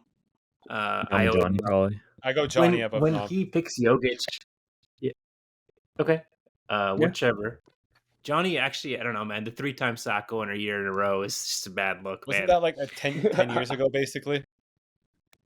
Yeah, but we're I mean, counting it. It's part Johnny's of the actually data played set. pretty It well. counts.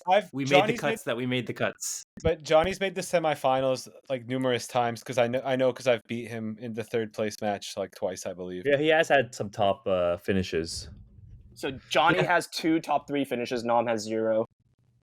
Yeah. I think Oh. Nom is at the bottom of the barrel. Just in terms of No gut offense, feeling, though. in terms of like feeling of the draft, right? Nom is generally a wild card. Like you don't know if he's going to pick Westbrook, in the second round. Even now, it's like, oh, okay. What is Nom going to do in the draft? I think he's had more decent years than we give him credit for, but still nothing remarkable and a lot of bad years. Yeah. Yeah. I'm also like, obviously, I feel like I thought Oh, no. I had a good shot to beat Nom because Nom gets Jokic and then he gets the Sacco and then these crazy picks. It's just like he's a mad magician or like wizard and he's tinkering, and sometimes it works and Sometimes a lot it's of other better. times it I don't fails know if miserably. it's mad magician, dude. I think it's Yeah. just shooting the gun at the wall and seeing what hits, dude. Isn't that part of the process? You I could don't know argue if that's there's part a of the strategy process. to it, but I'll consult with him and see what he says. If everyone agrees that Johnny's the top of the bottom, to bottom tier, is there any argument for me to be better than Nom? I see it in your eyes, guys. I see it in your eyes. So my average draft position, average league position was an astounding 10.9, 10.1. Nom's was 8.5. Johnny's was 8.58. Okay, if we're going into the statistics, Ashwin, you are the bottom of the barrel. Yeah, Unfortunately, you just made the case. Uh, I get on it, and that's why I've the got in numbers my don't due lie. now. I got in my due now with Jokic. but I this year. have high hopes for you, and like Icarus, maybe you can reach for the sun and maybe grab it this year, Ashwin. Don't get too unfortunately, close, right? Don't get too think- close. I think by every metric, unfortunately, you're at the bottom. Yeah, except for Sackos. Except for Sackos. That's That's true. true. That's true. Yes, if yes. that's what you're going for, dude. Yeah, At least I'm trying not to avoid the last. sack dog, dude. I've been saying to people that maybe the number 1 draft pick is too much power for you, dude, and your finger will slip and you're picking. I don't know. Who knows, dude? Yeah. Who knows? I mean, that was pretty hype, dude. You should do that, dude. You should was do that. saying, That's pretty hype. Like sweating profusely, and you're like, oh god, dude. I'm still salty about that year. I was in Oregon, and I was in the wilderness retreat for my entomology class, and I missed it. I thought I would have internet and I could draft on my phone, but there was absolutely no connection to anything, and I auto drafted that year, and I was so salty. And that's it bred an apathy in me in fantasy that has now only been rejuvenated by the first pick and winning the Smash thing. So there you go. The person you want, Yes, you yes. vouched, the person you vouched for to be in our league won with auto draft. You should have been inspired. I know. Yeah, but I think I was really bad, and that was before they fixed the algorithm for the AI picks, I think, or something like that. It was just bad. It's just the next person on the list. I don't know. It's Brian. I don't know, Brian. It's tough to say. It's tough to say. That's way too funny. That's tough too funny. I will I will provide a quick word of caution. 2 of the last 3 Sackos had the number 1 pick. Mooney had the first pick in 2022. No, Brian had it in 2021, and then Nom last year. Oh, okay, yes. Damn. Who So- did Brian pick? Giannis? I picked Giannis. Giannis that So year. Ashwin, if you're trying to get rid of that number 1 pick, got number You should 3 do for it you 'cause if you don't want that Andrew crush on getting your the Sacco. shoulders. Andrew getting the Sacco would be the greatest thing in the That would history of the probably league. make Oh, me I would more love like that. it. Cast the I would curse love on you. We need to sacrifice a goat and then give him the number 1 pick, and Andrew gets Sacco. That would be the best thing ever. Okay, guys. Anything else on the league position tiers? Do you guys agree with the tiers? We're all good on that. I think Yes. so. I think that So- there's been some palpable salt on your end for the last few years, Ashwin, in terms of fantasy. You always seemed a bit irked that your team you don't get a good pick, your team doesn't perform as well. So I'm really hoping this year, at least make it in the playoffs. What it was is, and I'll be honest, there are years where I have good teams, and then I just get fucked by injuries, and then I'm just like, why me? The victim complex. But then I realize it happens to everybody. There's Your like, team this past year was actually pretty good. Yeah, it was feisty. LaMelo went out really early, right? So and the biggest thing is there was probably 4 or 5 weeks where I didn't set my schedule, and there was like a missing player. I was gonna say that. So I just got to be better, more on the ball, more like actually I'm managing the team like Everton or like Sacramento. Like it's not well done. So I got to be more like Sacramento, the Warriors, who are light years ahead. That type of Less vibe. Vivek, less Vivek. Less Vivek. Vivek did a great job last year. Yeah, He did. It's tough. That the analogy doesn't really work anymore because Maybe, Sacramento is actually good. Indian Vivek basketball during the Nick managerial Ross era. skills have improved. Okay, let's move to APP really quickly, and then we'll do comparisons. Any other stats you want to get into, Andrew? We'll do after this. I mean, if people are interested in like draft position, Yeah, okay, that's a good one. So APP was just average playoff position if you get in. So I'll go off quickly. Andrew and Justin have been in the playoffs 11 out of the 12 years that we've let's been go. in the league. it's actually pretty impressive. Arjun has yeah. been 3. Me, I've been twice. Brian's been 3 times. Nom's been 4 times. Jesse's been 5 times. Johnny's been 4 times. Sean's been 4 times, and Sebastian's been 8 times. Wow, Okay. that's And higher than I was expecting actually for Sebastian. yeah, so that's why I think we have to bump him to tier 1. Yeah, as he flicks off, right? But so let's start. Andrew, when he gets into the playoffs, he averages basically getting into the money, 3.2. So he's not going to go out in the first round. That's basically Andrew's vibe. Arjun, But when I'll he lose gets in the second. yeah, he was in the second round, exactly. Arjun does very well when he gets into the playoffs, 2.3 playoff position. So he like if his team is good, it's probably going to go to the finals or compete for the finals. Brian was I was at 6, so if I get in the playoffs, I'm an easy out for anybody. It seems. You haven't made it above the last spot. Basically, that's basically what happens. So Brian, same thing. He's basically gets into the money when he gets into the playoffs. Nom is kind of like me. He had the second worst playoff position at 4.75.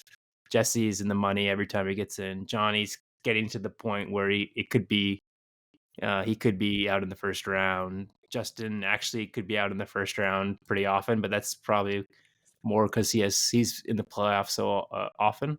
But it should be noted that Andrew is probably significantly better in playoff position when he gets in out of the guys who've been 11 times. And then Sebastian, Hey. Sean is actually we were talking about Sean, how he's like this dynamic force, and he also basically is in the money or competing for second place anytime he's going to the finals, anytime he's in the playoffs. And Sebastian is good for his money when he's in the playoffs, which is the third place if I didn't make it clear. That's so good when Arjun's in the playoffs, though. Yeah, apparently there's some night vibes I haven't had to You are pay 2 for out of 3, fantasy. Arjun, Yeah, I haven't had to pay for Go fantasy ahead, in like Seeps. 3 years. So fuck you, bro. Yeah, it's pretty Yeah. impressive. It's pretty pretty nice. good. Pretty strong run lately. A lot of hours of like fun and entertainment and investment for For nothing. free, yes. For free, not Whereas for you've nothing, had to for free, pay, that's right. Arjun. You sucker.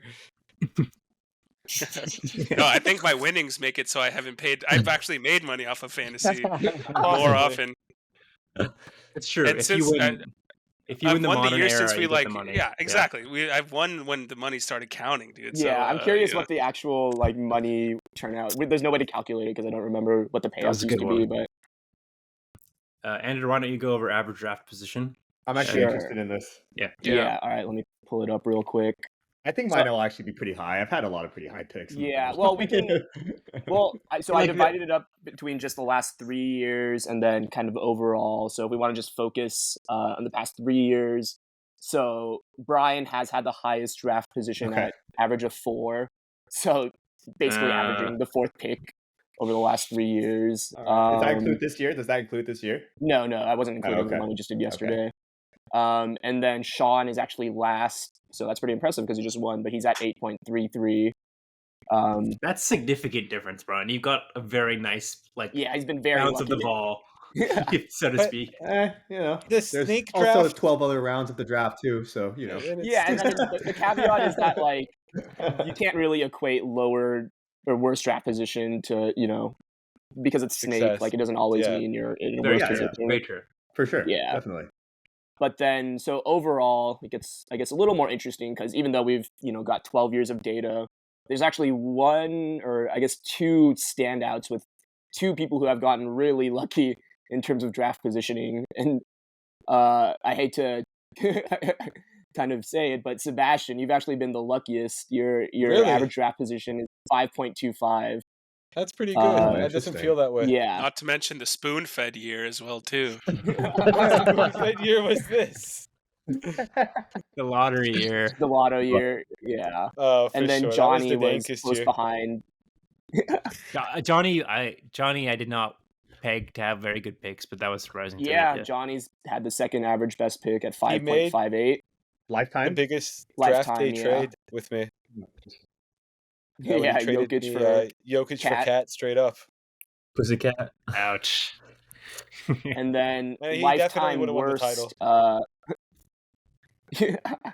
So lifetime worst draft positioning is yours truly. I averaged 7.67, and then Oh. yeah, Woe I've is had the me, worst bro. luck apparently. Yeah, this is some submission. Watching the narrative shit. What the hell is this? No, Yeah, I don't I believe got that more at all. stats. I got more But- stats. So Dude, Ashwin, what the hell is that, man? Ashwin's close to me at 7.64, so basically about the same. Everyone else is between somewhere in 6 and 7 range.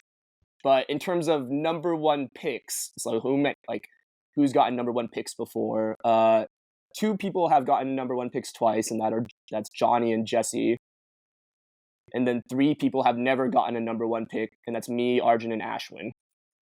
Everyone else has gotten a number 1 pick at least We're once. starting- Things are starting to heal. Mother Nature Yeah, is so healing. now you. Ashwin will be. So that means me and Arjun are due next, hopefully.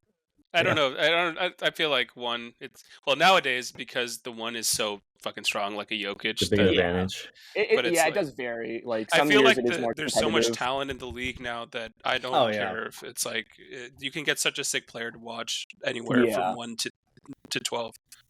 So one other quick note, I tallied like which picks won the ring. So last year, for example, Sean was 7th pick. He won with Tatum. So interestingly, no pick below 9 has ever won a championship. So That is very interesting to me. yeah, Siebes won 2022, or sorry, not Siebes. Arjun won in 2022 with Embiid at 9, and that was the lowest pick to win. Well done. Damn, Well So done. I'm the gonna most get my the revenge most this common year. pick. Yeah, the most common pick to win the championship was 5. Three people have won with the 5th pick. 5 is a good number, dude. Yeah, you I get the believe that. best of the bottom, like the upper echelon of players, and then you get the first pick on the backside of the second draft, right? So Yeah. I could see that. Yeah, but it is pretty shocking that no picks past 10 have ever won. That is weird. That's We'll see where I if that live. changes That's where me soon. and Andrew live, right? Yeah, So we'll see if that changes Andrew's soon. like shot up through the muck a couple times, but I have not been Never able to get taken there. it. They're keeping me down, brother. Let's take a break and we'll do the comparisons. We'll finish with comparisons.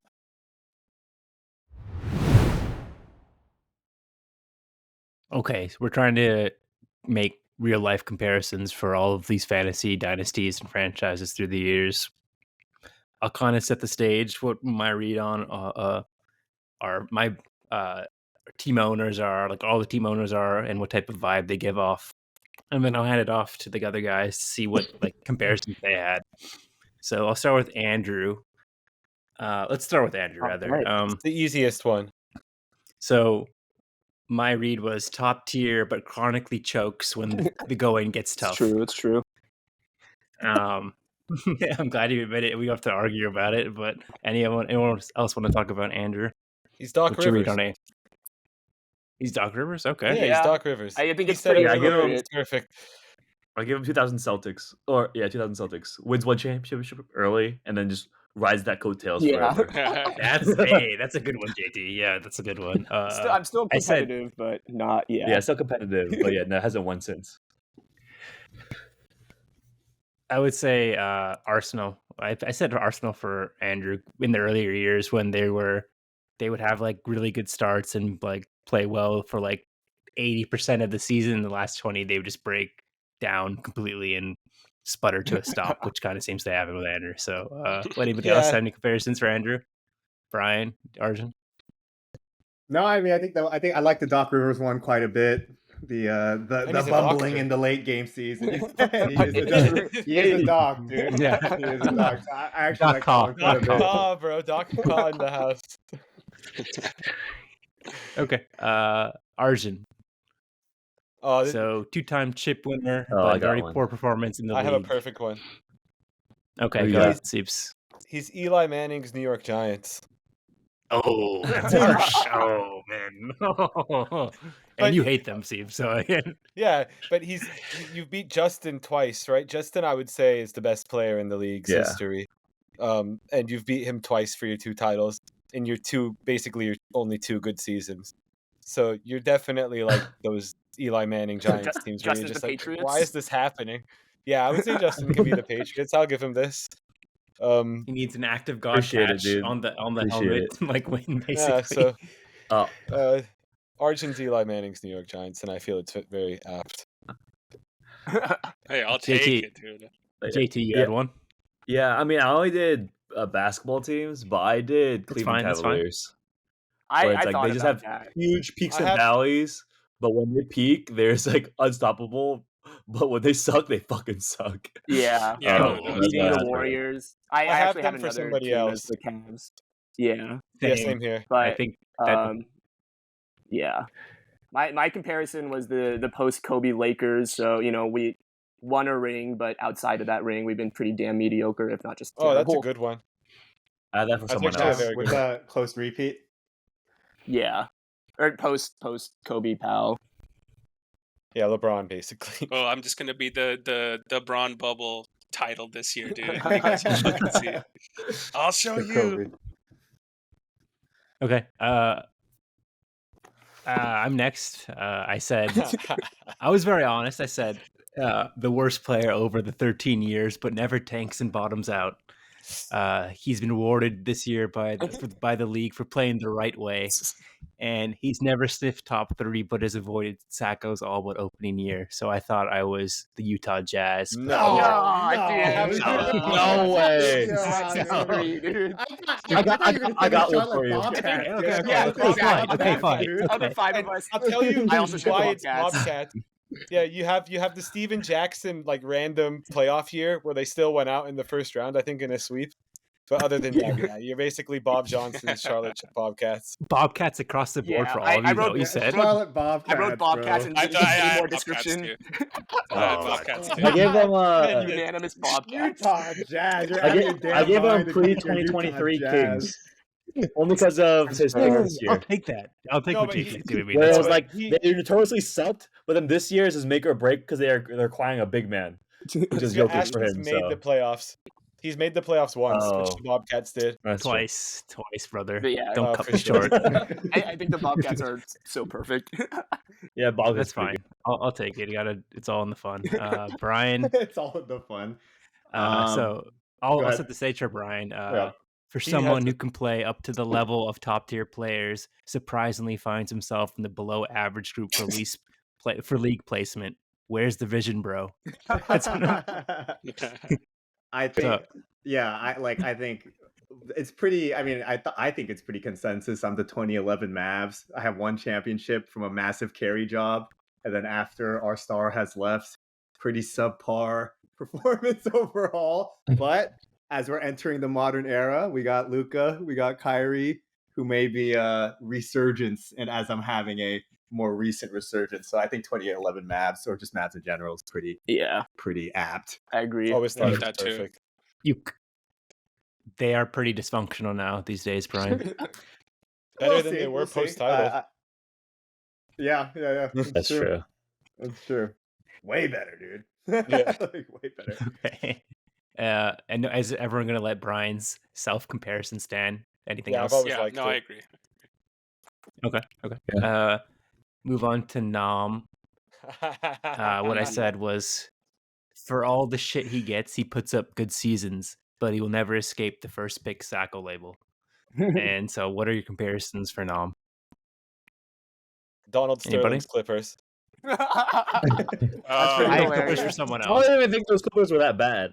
They were pretty good, They were weren't they? usually pretty bad. They were They got usually lucky pretty with damn Blake. They had like one good year I guess it's supposed. in Yeah. 2004 With or CP3. 5, I think, with Sean Livingston.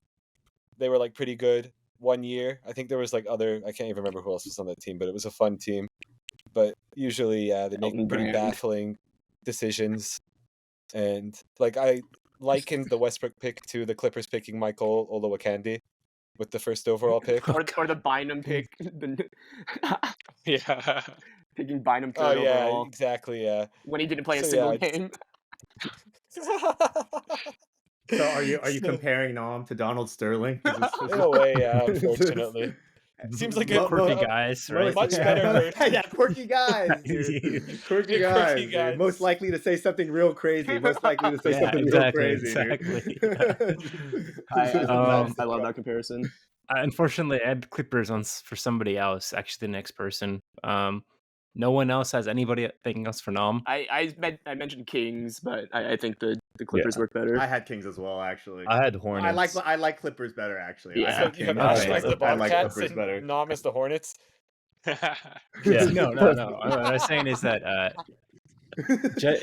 I'm a big Jesse's fan of next, that. and J Pons is next. And what I said about J Pons is constantly shit on, but actually can be pretty decent in certain years. So that's why I said it could be the Clippers for J Pons. I said Raptors. Okay. Mm. Okay. I said He has a title. 2000s Pistons. Ooh, that's 2000 gonna get- Pistons. I don't agree with that at all. Because he's not always It's like they had that one chip and then Explain they yourself, slowly JJ, yeah. declined. They slowly declined, and then there were those years where they just completely sucked because they got like Ben Gordon to a huge contract, Charlie Villanueva, and so it's like a mixture of like a championship to slow decline to like there's some years where like So you just fell off like a late cliff. 2000s. made what you're the saying is that a Thomas grand Thomas 5 champion years. starts to rot. Is that what you're saying? That's Jesse's vibe. Yeah. To stir the pot, yes. Okay. I think the Raptors is perfect because Ashwin said, yeah, often gets shit on. Those Raptors did. Then they got Kawhi. They got lucky one year. And then Yeah, it's true. It was real back fucking to lucky. being like decent, but not elite. That's a good comparison. Yeah, I Jesse. do- yeah. I mean, we talked about it. He had the third highest or fourth highest Fourth. league position. Yeah, / Yeah. win percentage. Yeah. So surprisingly good. That's another vibe you could go for. Johnny. So this one will irritate Johnny if he ever listens to this, but I thought it was perfect. It was good justice for him. So he's stuck in no man's land, has some runs, but ultimately never makes any noise. Very similar to Dame Yes! Lillard's Portland Yes! Trailblazers. That's exactly what I said. Well done. Damn. Literally, I have Well the done, exact Steve. same Yeah. thing. All right, Oh, me and God, Steve's are in dude. That's agreement. really What do you good. guys think? Yeah. We just lost I actually put the our Rockets. only but listener, dude. I put Yeah. the Rockets too. I said that like some years he can make it into the playoffs, but he always gets fucked up. by Yeah, I had teams Rockets that are also. I just gave better. them 2010 Bulls, whereas like they never really made it, but they always were in contention. but the Lillard Blazers is too funny. Yeah, I think Fair enough. Johnny is the Dame of fantasy. Yeah, just for the He's memes, I'm down for it. Yeah, Blazers Lillard. You know, It all comes down to Johnny is Dame, dude. he's a real one, but you know. Yeah, he's a real one, dude. That way, no. Next is just JT. JT. Cringe. I Very know complimentary one. Cringe. what I said. Less of an in-season performer, but has somehow walked away with 2 chips. Very much like his Heat, he turns it on in the playoffs. So I said basically, yeah, Heat last 2 or 3 years was my comparison. What do you guys got for JT? I hate to say it, but I put the Warriors. Same. I put Damn, that's Tim hype, Duncan's dude. Spurs. That's super hype, dude. Especially because the Cavs I didn't want to put lost. that for myself. So I was like, all right. I have modern era Warriors. I was gonna say the I have Spurs the- just because like I have the Spurs, yeah. I have the Spurs just because like they're always at you know you Justin's always know it's face, gonna be a dude. good That's team. Yeah, the Yeah, biggest praise, dude. The They're biggest gonna praise. keep Thank you so much, Justin- dude. Justin's about to blow his load, dude. Look at his face, man. No, Justin This is knows. better than a modern roster mate, dude. This is great. No, Justin knows. I would respect have his kinned myself. game. I would have kinned myself to the Warriors because I just came up, you know, within the last few years, and I'm just dominating so hard. Sure, so sure. you know, Total nonsense. Justin can but have the okay. Spurs, and In I'll parentheses, I gave you 99 to 03 Lakers. So Ooh. that's pretty Ah. high praise. I'll yeah. take any of those teams. You're a I gave dynasty, myself- bro. I gave myself the Braun Heat. That's what I gave myself. So I'll take that. Yeah. So JT, very high praise. Sean. So we mentioned it like 2 or 3 times. Sean is the most erratic and variable performing player in the league. It's either he's close to Sacco or he's probably the favorite to win it. Or he has the best odds to go deep in the playoff and win the chip. So I couldn't really find one for Sean. What did you guys It have? was hard. I had Cavs, but I was put very the hard. Cavs. Not perfect. Yeah, like LeBron Cavs are his good seasons, and then his off seasons are non-LeBron Cavs, basically. You could argue Yeah, he's I could very agree with similar to like the Lakers in the last 20 years. Are bad's very bad and are good's like very good. The in Post between Kobe years Lakers. post Kobe Lakers was very bad, and then there was like the Kobe Lakers from 05 to 07. Yeah, that so was sort of similar trash to watch. Arjun, just more extreme, I think. less chips. Less chips, yeah. Brian, anything on Sean? No, I kind of struggled with this one too, actually, but I do like the Cavs as the pick. Honestly, it's Fair hard to enough. find like like there's so many ebbs and flows with everybody's team, and it's hard to have like a direct comparison. But I do like the Cavs one. Okay, let's finish it up with Sebastian, unless there's anything else on Sean. Anything? All right. So Sebastian might like or dislike this one, but started out slow, but eventually broke through the upper class and won his chip. His averages are brought down by his bad early years, but I thought him breaking through was very similar to Leicester in the championship year. They came out of nowhere. like that Well, not very out of much. nowhere. Oh, they're in the championship now. They got relegated then- last year. That was where it broke down. But if you take it cut off to like 2020, that's what I thought of you for Leicester from 2015 to 2020. It's not horrible, but it's not great. Okay. Anybody have anything for Siebes? I I put, gave him the Milwaukee Bucks. I can Interesting. see not bad. Just follow the way Giannis is, like, basically yeah. path towards stardom, and now they're contenders every year. That is Yeah, actually I a good had one. I had Brian? like more modern Celtics, like so I've kind of won. starting from like the KG area, huh? Oh, Yeah, like the KG, like you'd have one ring, and then but besides that, there's just been a lot of consistency and honestly high performance. Though another ring hasn't come quite yet. That's That was an that was excellent mine. way to I describe put it, the- Brian. That's probably the best one. I put the KD Warriors, where again started off slow, but then like once kind of hit your peak, like Wow. pretty fucking dominant. Yeah, I mean KD Warriors. Damn. Sorry, fuck. I meant No. not KD Warriors. I meant KD Thunder. Oh no, he didn't win though. Yeah, that was Yeah, that I was was the like, one selling wow. point. Yeah, No yeah. championship. For me, For Brian's Brian's Brian's is the best. comparison holds really true. Yeah, because he won the first chip, and now he's consistently doing well, but he's still trying to find the magic to get the second chip, Yeah, right? to get to break next- through it. Yeah, Yeah. like So I would go with proclaim Brian's. as the GOAT or some shit, dude. Yeah, For Siebes, myself- you wanted to say something? Yeah, I put myself as the 2000s Pistons that Justin shit on, but it was for different reasons and not to shit on myself. It was that I won. It was basically the same reasons Brian said for the Celtics though, like That's a good one. Yeah. one title, and then they were in the conference finals for like 5 years in a row. But I do think Brian's is Yeah. probably better. And I also said or Dr. J, just because Dr. J. I had Swag, the dude. I had the Guangdong Yeah, Southern that's- Tigers. Nice, dude. I don't know if they've been doing well recently, though. I feel like it might be like the Tianjin Snow Leopards, who are more comparable. Okay. Really quick before we go, top 3 player runs. So I think we know LeBron 2013 was Brian's run. Any other notable ones come to mind? The Harden. Just for Any? one, yeah, the Harden Harden and the ones. KD. Yeah. 'Cause Okay, So if you what look year at for it, Harden and KD? if you look at it, And for what Harden team? won 2 titles in a row. It was 15 and 16, and then KD won Yeah. 2 in a row. It was 17, 18. So I think those would probably be up there as well. Yeah, those were the KD Warriors. Yeah. For sure. It was Arjun, Sebastian, Justin, and Bert, right? Yeah, Something that like sounds that, right. yeah. Yeah, so those Harden and Katie carried those, and you could argue Westbrook carried. I think wasn't Westbrook on your list as well? Westbrook never actually won a championship in our league. Ooh. Okay, Wow. for sure. Yeah. Damn, Yeah. I don't know if with him, that's bro. surprising or not. It mimics real life, dude. It Yeah, reflects only real can take you life, so dude. far. Okay, guys, thanks for joining. Any last words on the history of the cool kids? I mean, we're just Fantasy. gonna notch another year in the belt this year, Yeah. and we'll see Cheers. how it goes, Yeah, dude. best Cheers of to a luck. good excited. season. Well, this year's different because we're finally doing a in-person draft in Salt Lake City, so looking forward to That'll be seeing fun. that.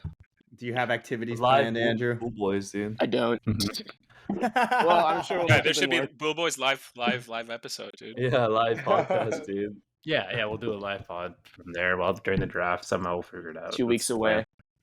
Yeah, 2 weeks away. Oh wow, So, yeah, exactly 2 weeks. Thank you, gentlemen, for your time. Thanks for having We'll me. go into top 5 and Bool or bust next. Thanks, guys. Right. Peace.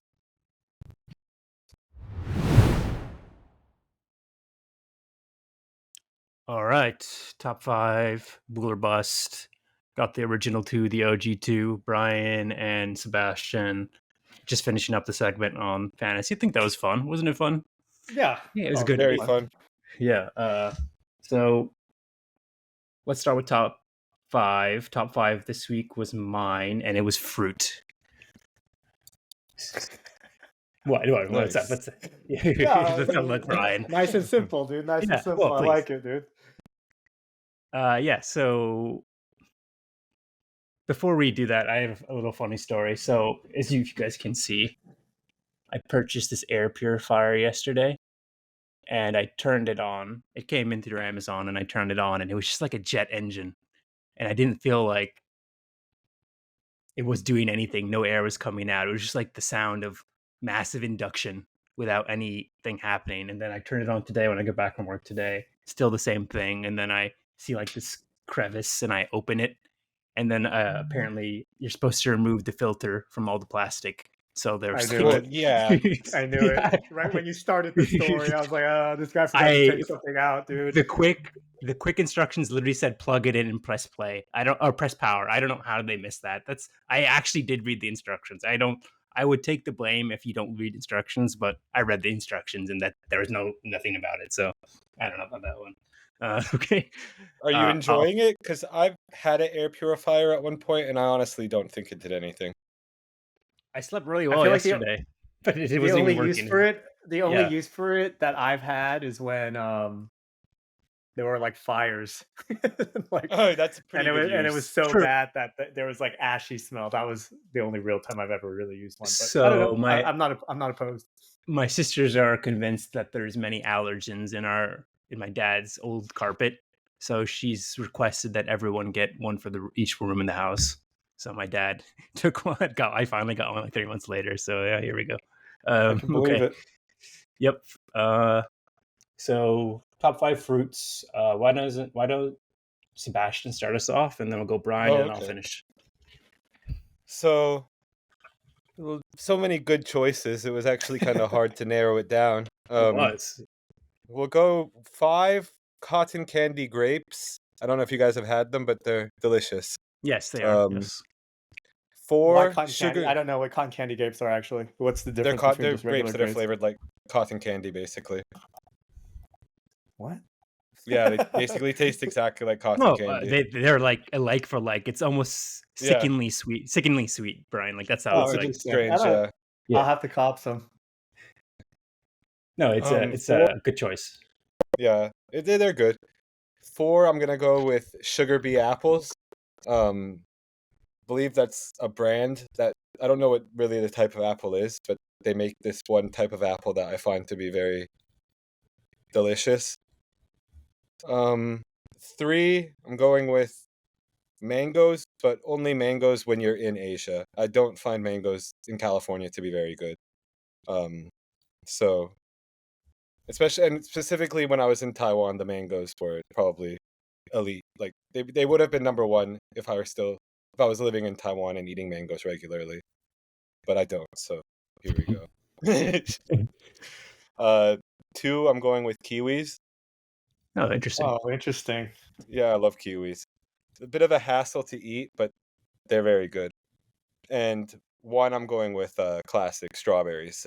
Nothing beats a good strawberry, in my opinion. And for honorable mentions, I had Asian pears. This isn't really a fruit, but it's a fruit flavor, black currant flavor in the UK hmm or in UK candies. It's the best candy flavor, in my opinion. And then I went with nectarines / peaches, but I found that there's been a tremendous drop off in quality over the last few years. They don't say that. Like the prime ripeness is very short. The window is very short. Just like Yes. avocados, in my opinion. Like if you can wait a day too long and it becomes the soggy mess, you eat it a day too early, it's like destroying your teeth. So I don't know. And I think the flavor has gotten worse too. I don't know what's happened, but nectarine industry got to figure this out, in my opinion. Big So nectarines I falling noticed off, bro. you had strawberry, right? So that was the only berry you Yeah. had. Yeah, Okay, I'm for not a sure. huge berry person. Okay. Solid list, very unique. Any comments on his, Brian? No, there's some overlap with mine. I think it's there's a lot of choices to be made. I had trouble narrowing down, so Of course. not too much. All right, you go then. At number 5, I have oranges. I do like oranges a lot. I eat a lot of them just as a snack, especially when they're sweet. It's pretty good to kind of knock out of the way. At number 4, I have watermelons. I do like watermelons, especially during the summer. I think that they are good to cool you down, but also I don't know. I don't know if they're kind of filling, but I mean that in a good way. I like being able to just like mash down oranges, watermelons just as a snack and to get through those. Number 3, I have avocados. I do like avocados a lot. A lot of the time, I'll actually just eat an avocado for lunch, like avocado and bread, or whatever avocado toast. Avocado Uh, toast, you yeah, elitist yeah. Californian. Not even, dude. Not even. I make my own, dude. So it's not as expensive, right? The avocado is Okay. only like $1 or something like that. That's a big They're Where are good. you They're getting filling. dollar avocados, man? I've never bought a dollar Well, like avocado. yeah, you can They're find like them. $3 each, man. What do you No, say? not Yeah, $3. A lot of this is They're very $2. they're a very expensive like fruit. $2, like $2. Yeah, I for the don't small know. ones, for the jumbo, I'm not sure that I 350 buy and this. each. Yeah. Huh? Huh? I'm not sure that I buy this. The dollar avocado. What? This sounds like a myth. Yeah, okay, maybe not Yeah. $1, $2, $2. Yeah. You can find $2. One of Like the at most Costco. expensive fruits. At Yeah. like Costco, you can find them for like $2 each. Okay. But for me, it's also more so of a utility food. I eat it just because it's filling, and if I just need to eat something quick and to get filled very quickly, I'll eat avocados. Excellent fats. The best Yeah. type of fats. Yeah. Exactly. At number 2, I have grapes. That's why I'm interested in. I mean, I probably had them honestly, but you were mentioning cotton candy grapes. I do like grapes. I don't think you would like them. Yeah, Why? I don't They're think just you've had too them. sweet. Yeah. You never struck you. I know you're not a big sweets guy, and so they are exceedingly sweet, in my opinion. Like even almost too sweet for me for a fruit. And if I don't know, you can try them yourself and tell me. We'll do a follow up, right? Yeah, I think you would know if you've had them because, like, you actually eat them and you're like, "Yo, this is like cotton candy." So I feel like you would know. Okay, like, for sure. Yeah. Yeah, maybe I just haven't had them, but I do like grapes a lot. Same, you can eat a lot of them, not get filled. They're super dank. I do love grapes. And then number one, I also have not strawberries, but I have mangoes on my list. Yeah. I love mangoes. I love Asian mangoes. I love regular mangoes. I like mango flavored things. I typically don't like mango flavored whatever candy or smoothies or something, but I love mangoes pretty much in everything. I used to love mango go-go at Jamba Juice. If you guys know what that's Yeah, about. Oh, for sure. Yeah. But it's also a fruit that I'll eat pretty often, just again also as a snack. Some honorable mentions is I like dragon fruits a lot.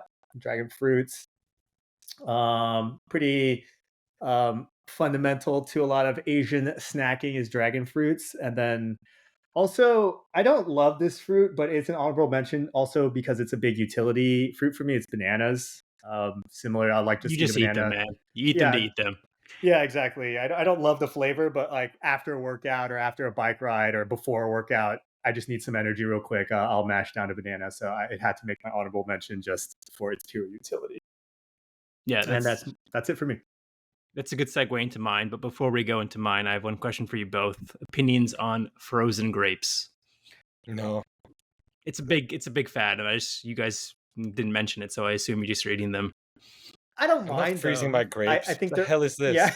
People It's do a it big to fad. Yeah, people do it for like it's almost like a dessert, like a a sort of- popsicle snack of Yeah, some yeah. sort. That's what Five, people their do. popsicles are like 50 calories. Why would you? Like that's going way too far and not understanding nutrition if you're doing something like that, in my opinion. I personally don't hate them, but I never do it myself. Like if somebody Yeah, offers it to me, I'll eat it, but I never freeze grapes Hmm. for yeah. my Like own on my own. if It's more of somebody a texture offered me thing. one, I'd be fine with it. But like, I'm not gonna do that and ruin a grape that I have that's perfectly good unfrozen. Yeah. If it is Fair. if it is for a texture thing, then I would just say I love the texture of just like a regular No, good for ripe me, grape. Amen. that's the reason I don't like them is because the Oh. frozen texture. But Oh. I can see why people do it, so that's why I was asking whether you guys were into it. Okay, Yeah. but Lukewarm. lukewarm, that's fine. And Siebes Yeah, is a no. thumbs down. I would eat So it. I wouldn't be rude, but yeah, I'm a thumbs down on that proposition. okay, so Brian mentioned bananas as like his honorable mention because they're easy to eat, right? That's my reason I have them at 5. I eat bananas I probably eat like a whole vine every week, some pretty much every breakfast.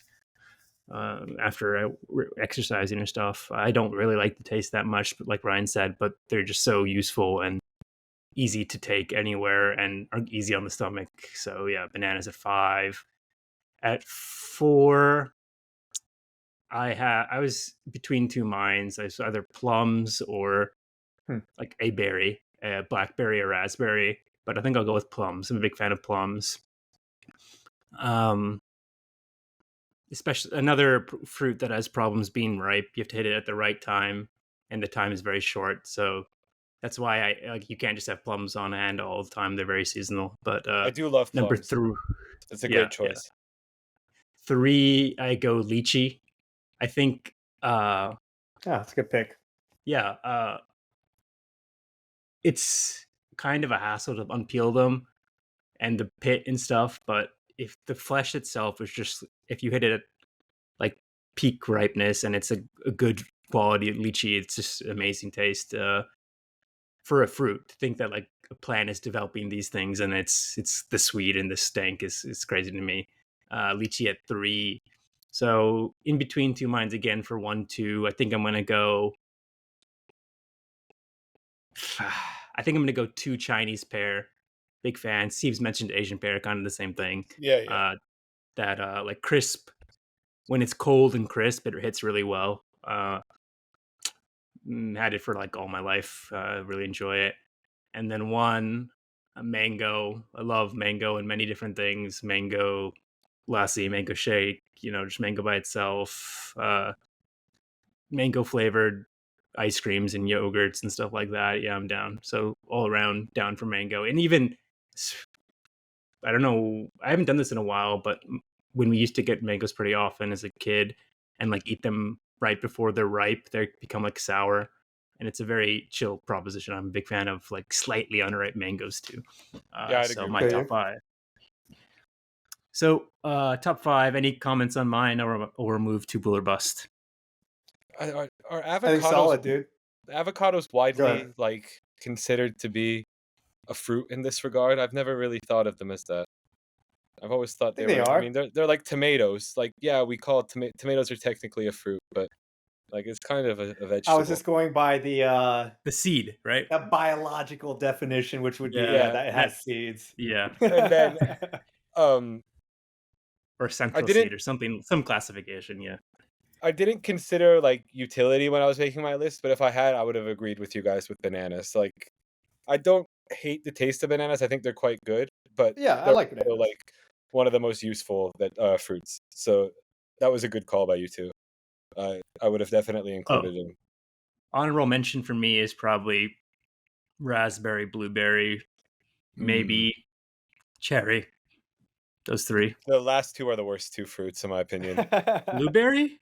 I hate. You know, for blueberry. me, I love blueberries. For me, I used to think growing up, when people would ask me what my favorite fruit was, I would say blueberries, but I would only say it just because blue is my favorite color. So as a little kid, I'm like not making that distinction. And as I've gotten older, I realized I don't hate blueberries, but I was like, I actually don't really like these that much. Yeah, You know, like I'd mash them cherries- and I'd be like, I don't really like these that much, actually. The problem What- is that they can have sand and grit in them. You have to clean them properly. Blueberries? Yeah, it's tough. Yeah. I don't know.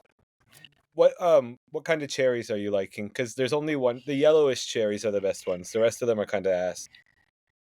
To be honest, I didn't really think of my honorable mention. Like, I think watermelon would be okay. I enjoy watermelon on a cold day. What else? I mean, avocado would probably be. I eat avocado as much as I eat banana, so actually, probably it's avocado as well.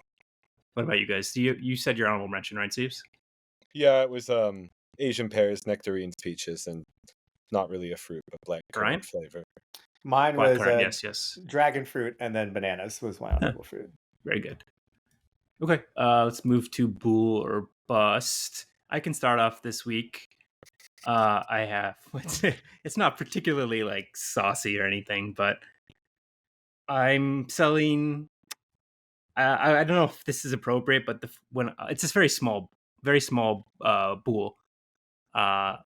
I saw it like 2 weeks ago, and it made me laugh out loud. Like normally don't do that this often, like very often, but when I was watching TV, I laughed out loud. Was the Buffalo Wild Wings commercial with the buffalo? Have you guys seen that? I don't think I've seen it. It's hilarious. I thought it was. Seems probably there's too many screens on, but I thought it was hilarious. I've And you don't probably have the audio seen it. too. The audio was a big part. Yeah, it was very funny to me. So very small buy, but the second one is a bigger. Bust. Bool. The second, yeah, I'm getting all over the place. Dude. I'm just kidding. What I want to say is very busty is I'm kind of getting over the Taylor Swift and the NFL thing. It's like I understood the initial bump, and like let's be clear, I consider, like, people are going to say I hate Taylor Swift or anything, nothing like that. I consider her like one of the best businesswomen in America.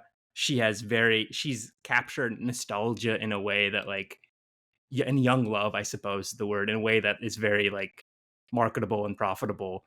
And that's why I think a lot of people like in their 30s still like listening to her, or 40s like listening to her, is because she represents a younger time in their life. When like I remember going, this is kind of whack, but like on the bus rides to games, like some people will play Taylor Swift in the like. Wow. Yeah. I don't don't want remember to say who, but none of our homies. None of our homies. You don't have to worry about that. But like, even then, it was significant of a time period. And now, what, 15, 17 years later, she's still like doing it. So kudos to her. And I don't have anything against her music. What I'm against, and what I find busty, is all of her fans who are like flooding, just like K-pop fans, like flooding every form of social media, and anything you can't have a negative opinion about her because they take it as a personal affront, and they have to like argue and defend her honor. Like, she's making millions and hundreds of millions of dollars. She doesn't give a rat's ass about you, and you think like there's this parasocial connection. I don't see it. And then for it to trickle into the NFL, and now it's become like their key thing on every Chief game or anything. I'm just over it. Well, She wasn't there I yesterday. feel that They made us. They yeah, 'cause made she has sure to let some us sort know of yeah. that on the parasocial broadcast. Yeah. aspect though is that whether or not she actually gives a shit, it doesn't really matter. That's just part of the brand, right? Yes. Or for any musician, No, really. but So I can understand a 14-year-old girl who would like fight to the end of the life to like defend her honor.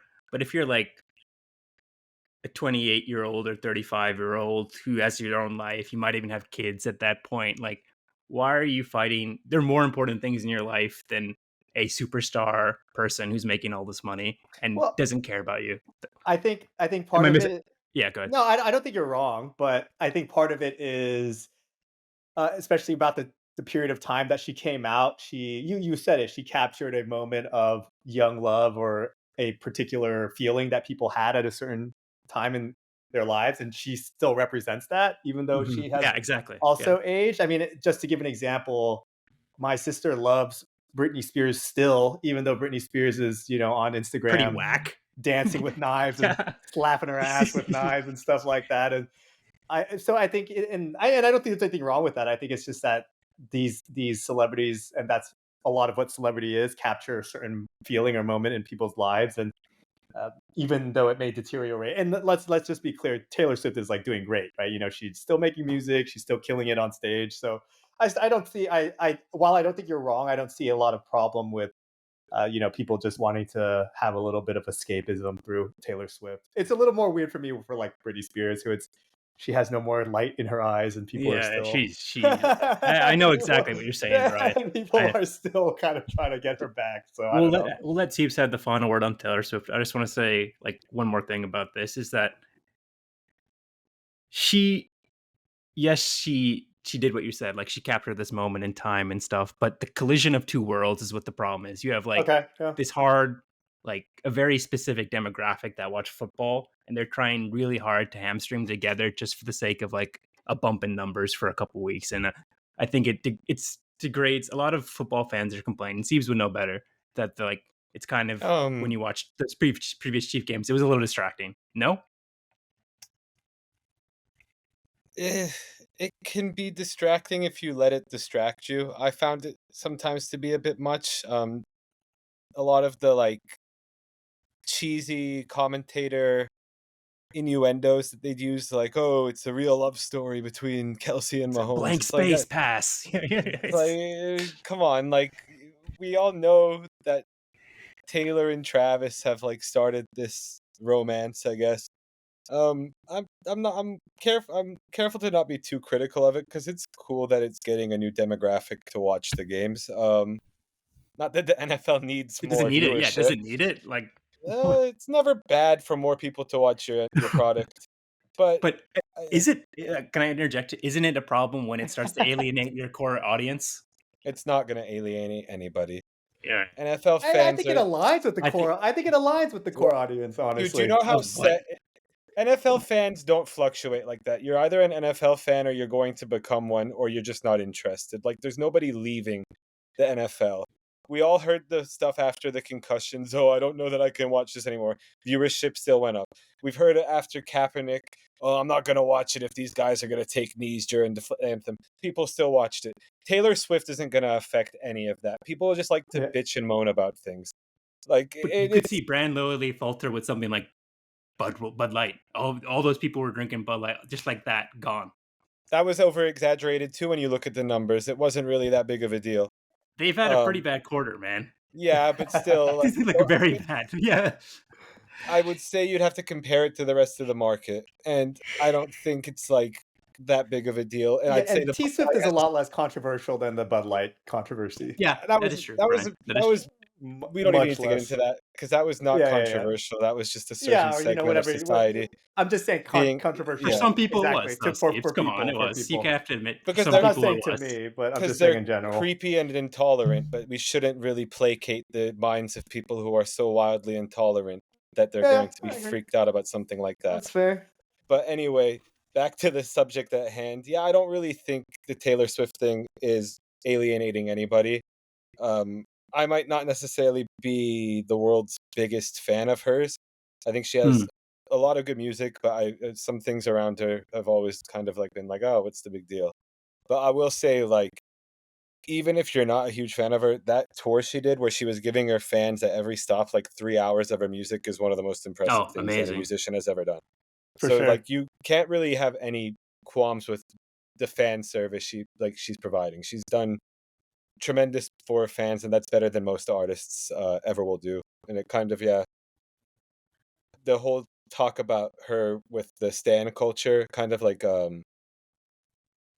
dovetails into my Bool or bust of the week. But Go ahead. Go leave ahead. it Go, there. go, go, go, go. So yeah, I guess Perfect that's a good segue.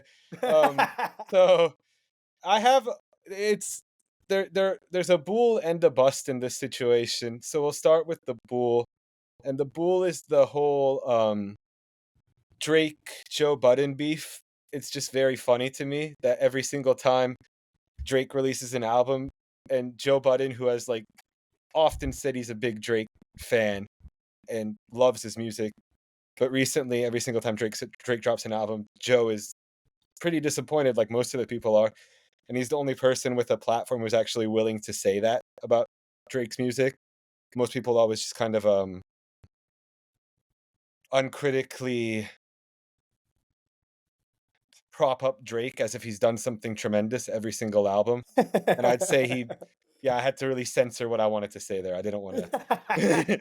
There's a certain 8-letter phrase that I was going to say, but yeah. So I think that it's refreshing when somebody with a platform actually tells people why Drake has been so disappointing over the last decade.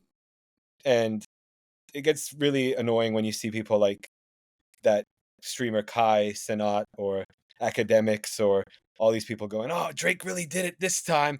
And when you read the comments underneath or you read actual public sentiment and it's like, yo, like that was actually ass. Like this was not a good project. He hasn't been good in a long time. Drake drops mid every single time he drops these days. And That song you sent me, I like though. that was one of the better songs on the album. I was like, oh, it's pretty good. I got done listening to the album today. I'd say it's one of his better efforts over the last decade. But like I was saying to you, I'm judging it off of a very low bar. And when I do that, I realize to myself, like, I'm treating this guy like with kid gloves on, and it's kind of bullshit. Like, if it was any other artist, I would say this was a pretty bad project. And he's supposed to be one of the greats. And for you to not, as a great, for you to be dropping mid constantly, like, you're not a great in my opinion. Like, you were once very good, but you're not in that upper echelon historic category when we look at it. Maybe record sales wise you are, but like what the fuck does that mean when your music's not very good and most people would agree your music's Yeah. not very good anymore? And so that leads into the bust from this situation. And it's Drake's response to Joe Budden being critical. I thought it was one of the most pathetic things I've ever seen a big artist do, where he posted this like very emotional paragraph on his Instagram in response, where he was like, everybody, this is like what failure looks like. This man retired from the rap game because he was failing, and he went into this because that's the only way he could get money. And he referenced something at the end where it was basically like an allusion to Drake having so much more money than Joe. It was like, this guy right here, he sometimes flies first class when when his money's up. I own like a private jet. And it was like, dude, like to me, like when we were growing up, I always felt like if you had to go to money in your response to somebody, you've lost the argument, because it's like basically saying I don't have any actual response. It's just that I have more money than you, and that's like a pathetic way to look at life. I'd say like you're not judging the argument on its merits. You're just going to I have more money than you, so my opinion means more. And so I thought it was one of the worst looks ever. And you had the Drake stands going, oh, he ended Joe, and Joe's response to Drake was just, Father Time's undefeated. One day you'll see. And I was like, damn, that's actually like pretty epic. Like Joe did it again by just really poking at Aubrey where it hurts. So it was funny. You could tell Drake was really upset because there's videos of Drake when he was coming up years ago saying, like Joe Budden's one of my biggest influences. So his words have always meant more. It was pretty hilarious, the whole saga. Um, you're gonna have all the Drake stans saying, "Oh, Joe's a hater, Joe's this, Joe's that." But he was right. I mean, Drake's rapping. He's 37 years old and he's still rapping like I guess it's how you get money. He's rapping for an audience that's like 13 to 18. And I mean, if that's what he wants to do as a 37-year-old, that's fine. But Joe's criticism that like I want to hear him rap about adult things as adult Drake, thought it was pretty valid. Like at a certain point, it is kind of strange. Like when it's like when Jay-Z started dropping later and he was still rapping about like being in the streets. It was like, I don't think you are anymore, man. You're like 45. It's like you're obviously the GOAT, but this is not how what you should be talking about now. And then he evolved and he started talking about like adult things and it was impressive. And I don't think Drake's reached that stage yet, and it's kind of funny, but I don't know. It's working for him. I guess he's gonna get more streams than any album ever. I think is what they're saying. I had to look up who Joe Budden is, and once I saw the face, I just remembered the video of him giving shit to, was it Quavo? Yes. Okay, yeah. The And Migos. yeah. I And mean, he's he's like notorious for being kind of like a button bust. pusher. He's very Okay. abrasive. Yeah, button But pusher. I'd say, I, I just want to add the Drake saying that young artists don't look at this man. He was a failure. Actually, like Joe Budden probably had more success than 99.999% Yeah, Joe of Budden. artists. I would say that's not He has, valid at all. yeah, he Joe has Budden like was pretty successful. one song, Pump It Up, is like still played in stadiums to this day. Like that's more success than like not like I said, close to 100% of artists can ever dream about having. So I think it's a very petty and honestly a horrible piece of guidance to give aspiring artists. Like, no, it was a different era, but you probably should look to Joe Budden as somebody who's not a bad influence. Like, loyal fan base with his mixtapes later in his career, mood music. Like, I was a big fan of that. And he was very popular online, and it's parlayed into a very successful podcast. So, yeah, that was my rant on Drake being kind of a sucker for getting so emotional about like a This legitimate piece of pod keeps on criticism. going at people, dude. K-pop stands, Drake stands, dude. Taylor Swift fans, Swifties. Yeah, We're gonna have no one's gonna listen dude. to We're us. gonna Yeah. get fucked, man. Yeah. Nobody want to listen to this shit. They're gonna hate us, I don't dude. think. Well, we're 30-year-olds. We shouldn't be appealing to 13-year-olds anyway, so it's Yeah, fine. that's fair. That's fair. No, That's but fair. let me put it on record. I will never say that Taylor Swift is a bust. I'm saying her stands are a bust, and I feel the same Yeah. about Sebastian. Sebastian's saying Drake's Oh, stands are a bust, right? Is that what you're saying? essentially, I think we're both kind of going at stands, which is I Yeah. think okay, but also I could think make our you're life hell. I'm stand free this week, boys. But you did it once. You did it with K-pop stands. So. Yeah, I know. Yeah. This week. Yeah. This week, I'm stand free this week, Yeah. though. We're just Let's see like which stands are most taking toxic shots. when they Yeah, come taking after shots us. at everybody. Yeah. So that concludes Bool or Bust. Oh, I didn't get to say mine, Brian, dude. bro. Oh, I just I'm went sorry. on for a very long time. My Oh yeah, apologies. I just took a look at the time, like, oh, it's time for song of the week. No, go Brian. I'm sorry, my mistake. No, it's good. I mean, mine aren't too bad. Not too lengthy. The first one is just for Bool is just AI's popping the fuck off. I think maybe at some point it'll be worth having a segment on it, just with some of the recent advancements. I know Sebastian's been playing it with it a lot. Of I it wrote being it able down. to. Oh, you did. Oh, you did. I did, but I didn't get to it because the other one went on for so long. But I actually have it as my Bool. Yeah, for sure. The image generators like Dolly 3 has become very advanced. It's able to incorporate faces and like copyrighted characters. I had sent you guys a bunch of things with like Goku, and whatever, LeBron in an anime or something, right? And it looks great. It really looks like real fan art. Obviously, that opens up a whole can of worms of the conversations that had been continuing with like ethics. Who does this really belong to? Is it stolen artwork, et cetera, et cetera? But just as a consumer of it, it is pretty amazing. And then also with ChatGPT being able to recognize images and have actual more or less, obviously we can get into a long conversation about how much it's really logically going through some types of things. For example, if you showed a picture, what I sent you guys of a balloon tied to something, and you ask it what happens if you cut off the string, it'll go into an explanation of like the balloon will fly off, and which is just really interesting and opens up the world for a lot of potential applications. Obviously, right now, I'm just using it to make memes and shit. Basically, it's like the best use case at the moment. But that would be my Bool for the week.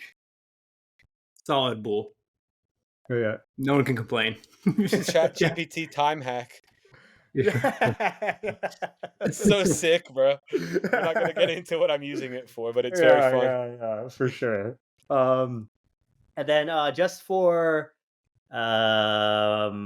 my bust, it's just like these text scams are getting too advanced, Yeah, they man. are. Like I would say I'm pretty damn good at just like, okay, obvious scam. I know you had sent one in the chat earlier a couple weeks ago, Ashman, and it was like, oh, that's like an obvious scam, blah blah blah. But I got one this week where it was talking about a USC game, and it was saying something about like, oh, maybe they got my number from like a USC list, but they said something about like, oh, are you going to the game for something? And I was just like, oh, what, blah blah. Like, I like, to be honest, I wasn't asking immediately who it was because I didn't want to seem like a bad friend with this person's number not saved in my phone. Oh, right. No, I think this is actually very fair.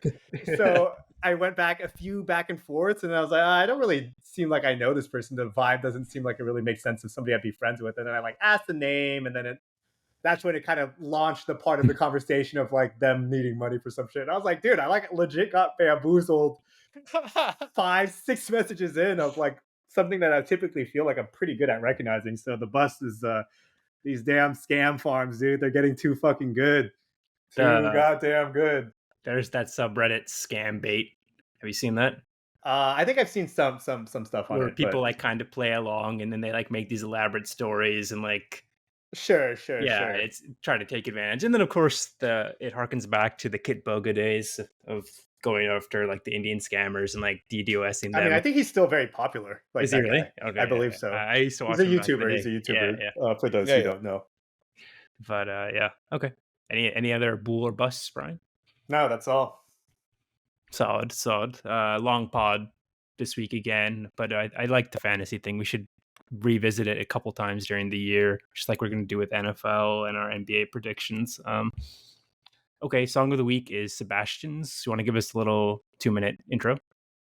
Yeah, so I didn't have like a great recent release, so I went with a classic. I went with The Bar Baby by Big M-O-E, out of Houston. It's like a classic Houston area song, released in 2000. And I've always just really liked the sound of it. It's very regionally true to that area, and I've always thought it was a very chill song. So yeah, The Bar Baby by Big Mo. All right, guys. See you next week. Thanks for joining. Thanks to Arjun, JT, and Andrew for joining this week. And see you all next week. Peace. Now for all y'all who ain't heard of me, Mr. M.O.E. I'm a Southside living legend, a third ward, bone hard, street veteran. It all started in 93. Ghetto superstar, running a foreign car through the streets of Third Ward. It was hard, mama starving with the face of Lorraine. And promethazine, now I'm the codeine fiend. And my team was the voters, every day we roll big. Niggas and hoes on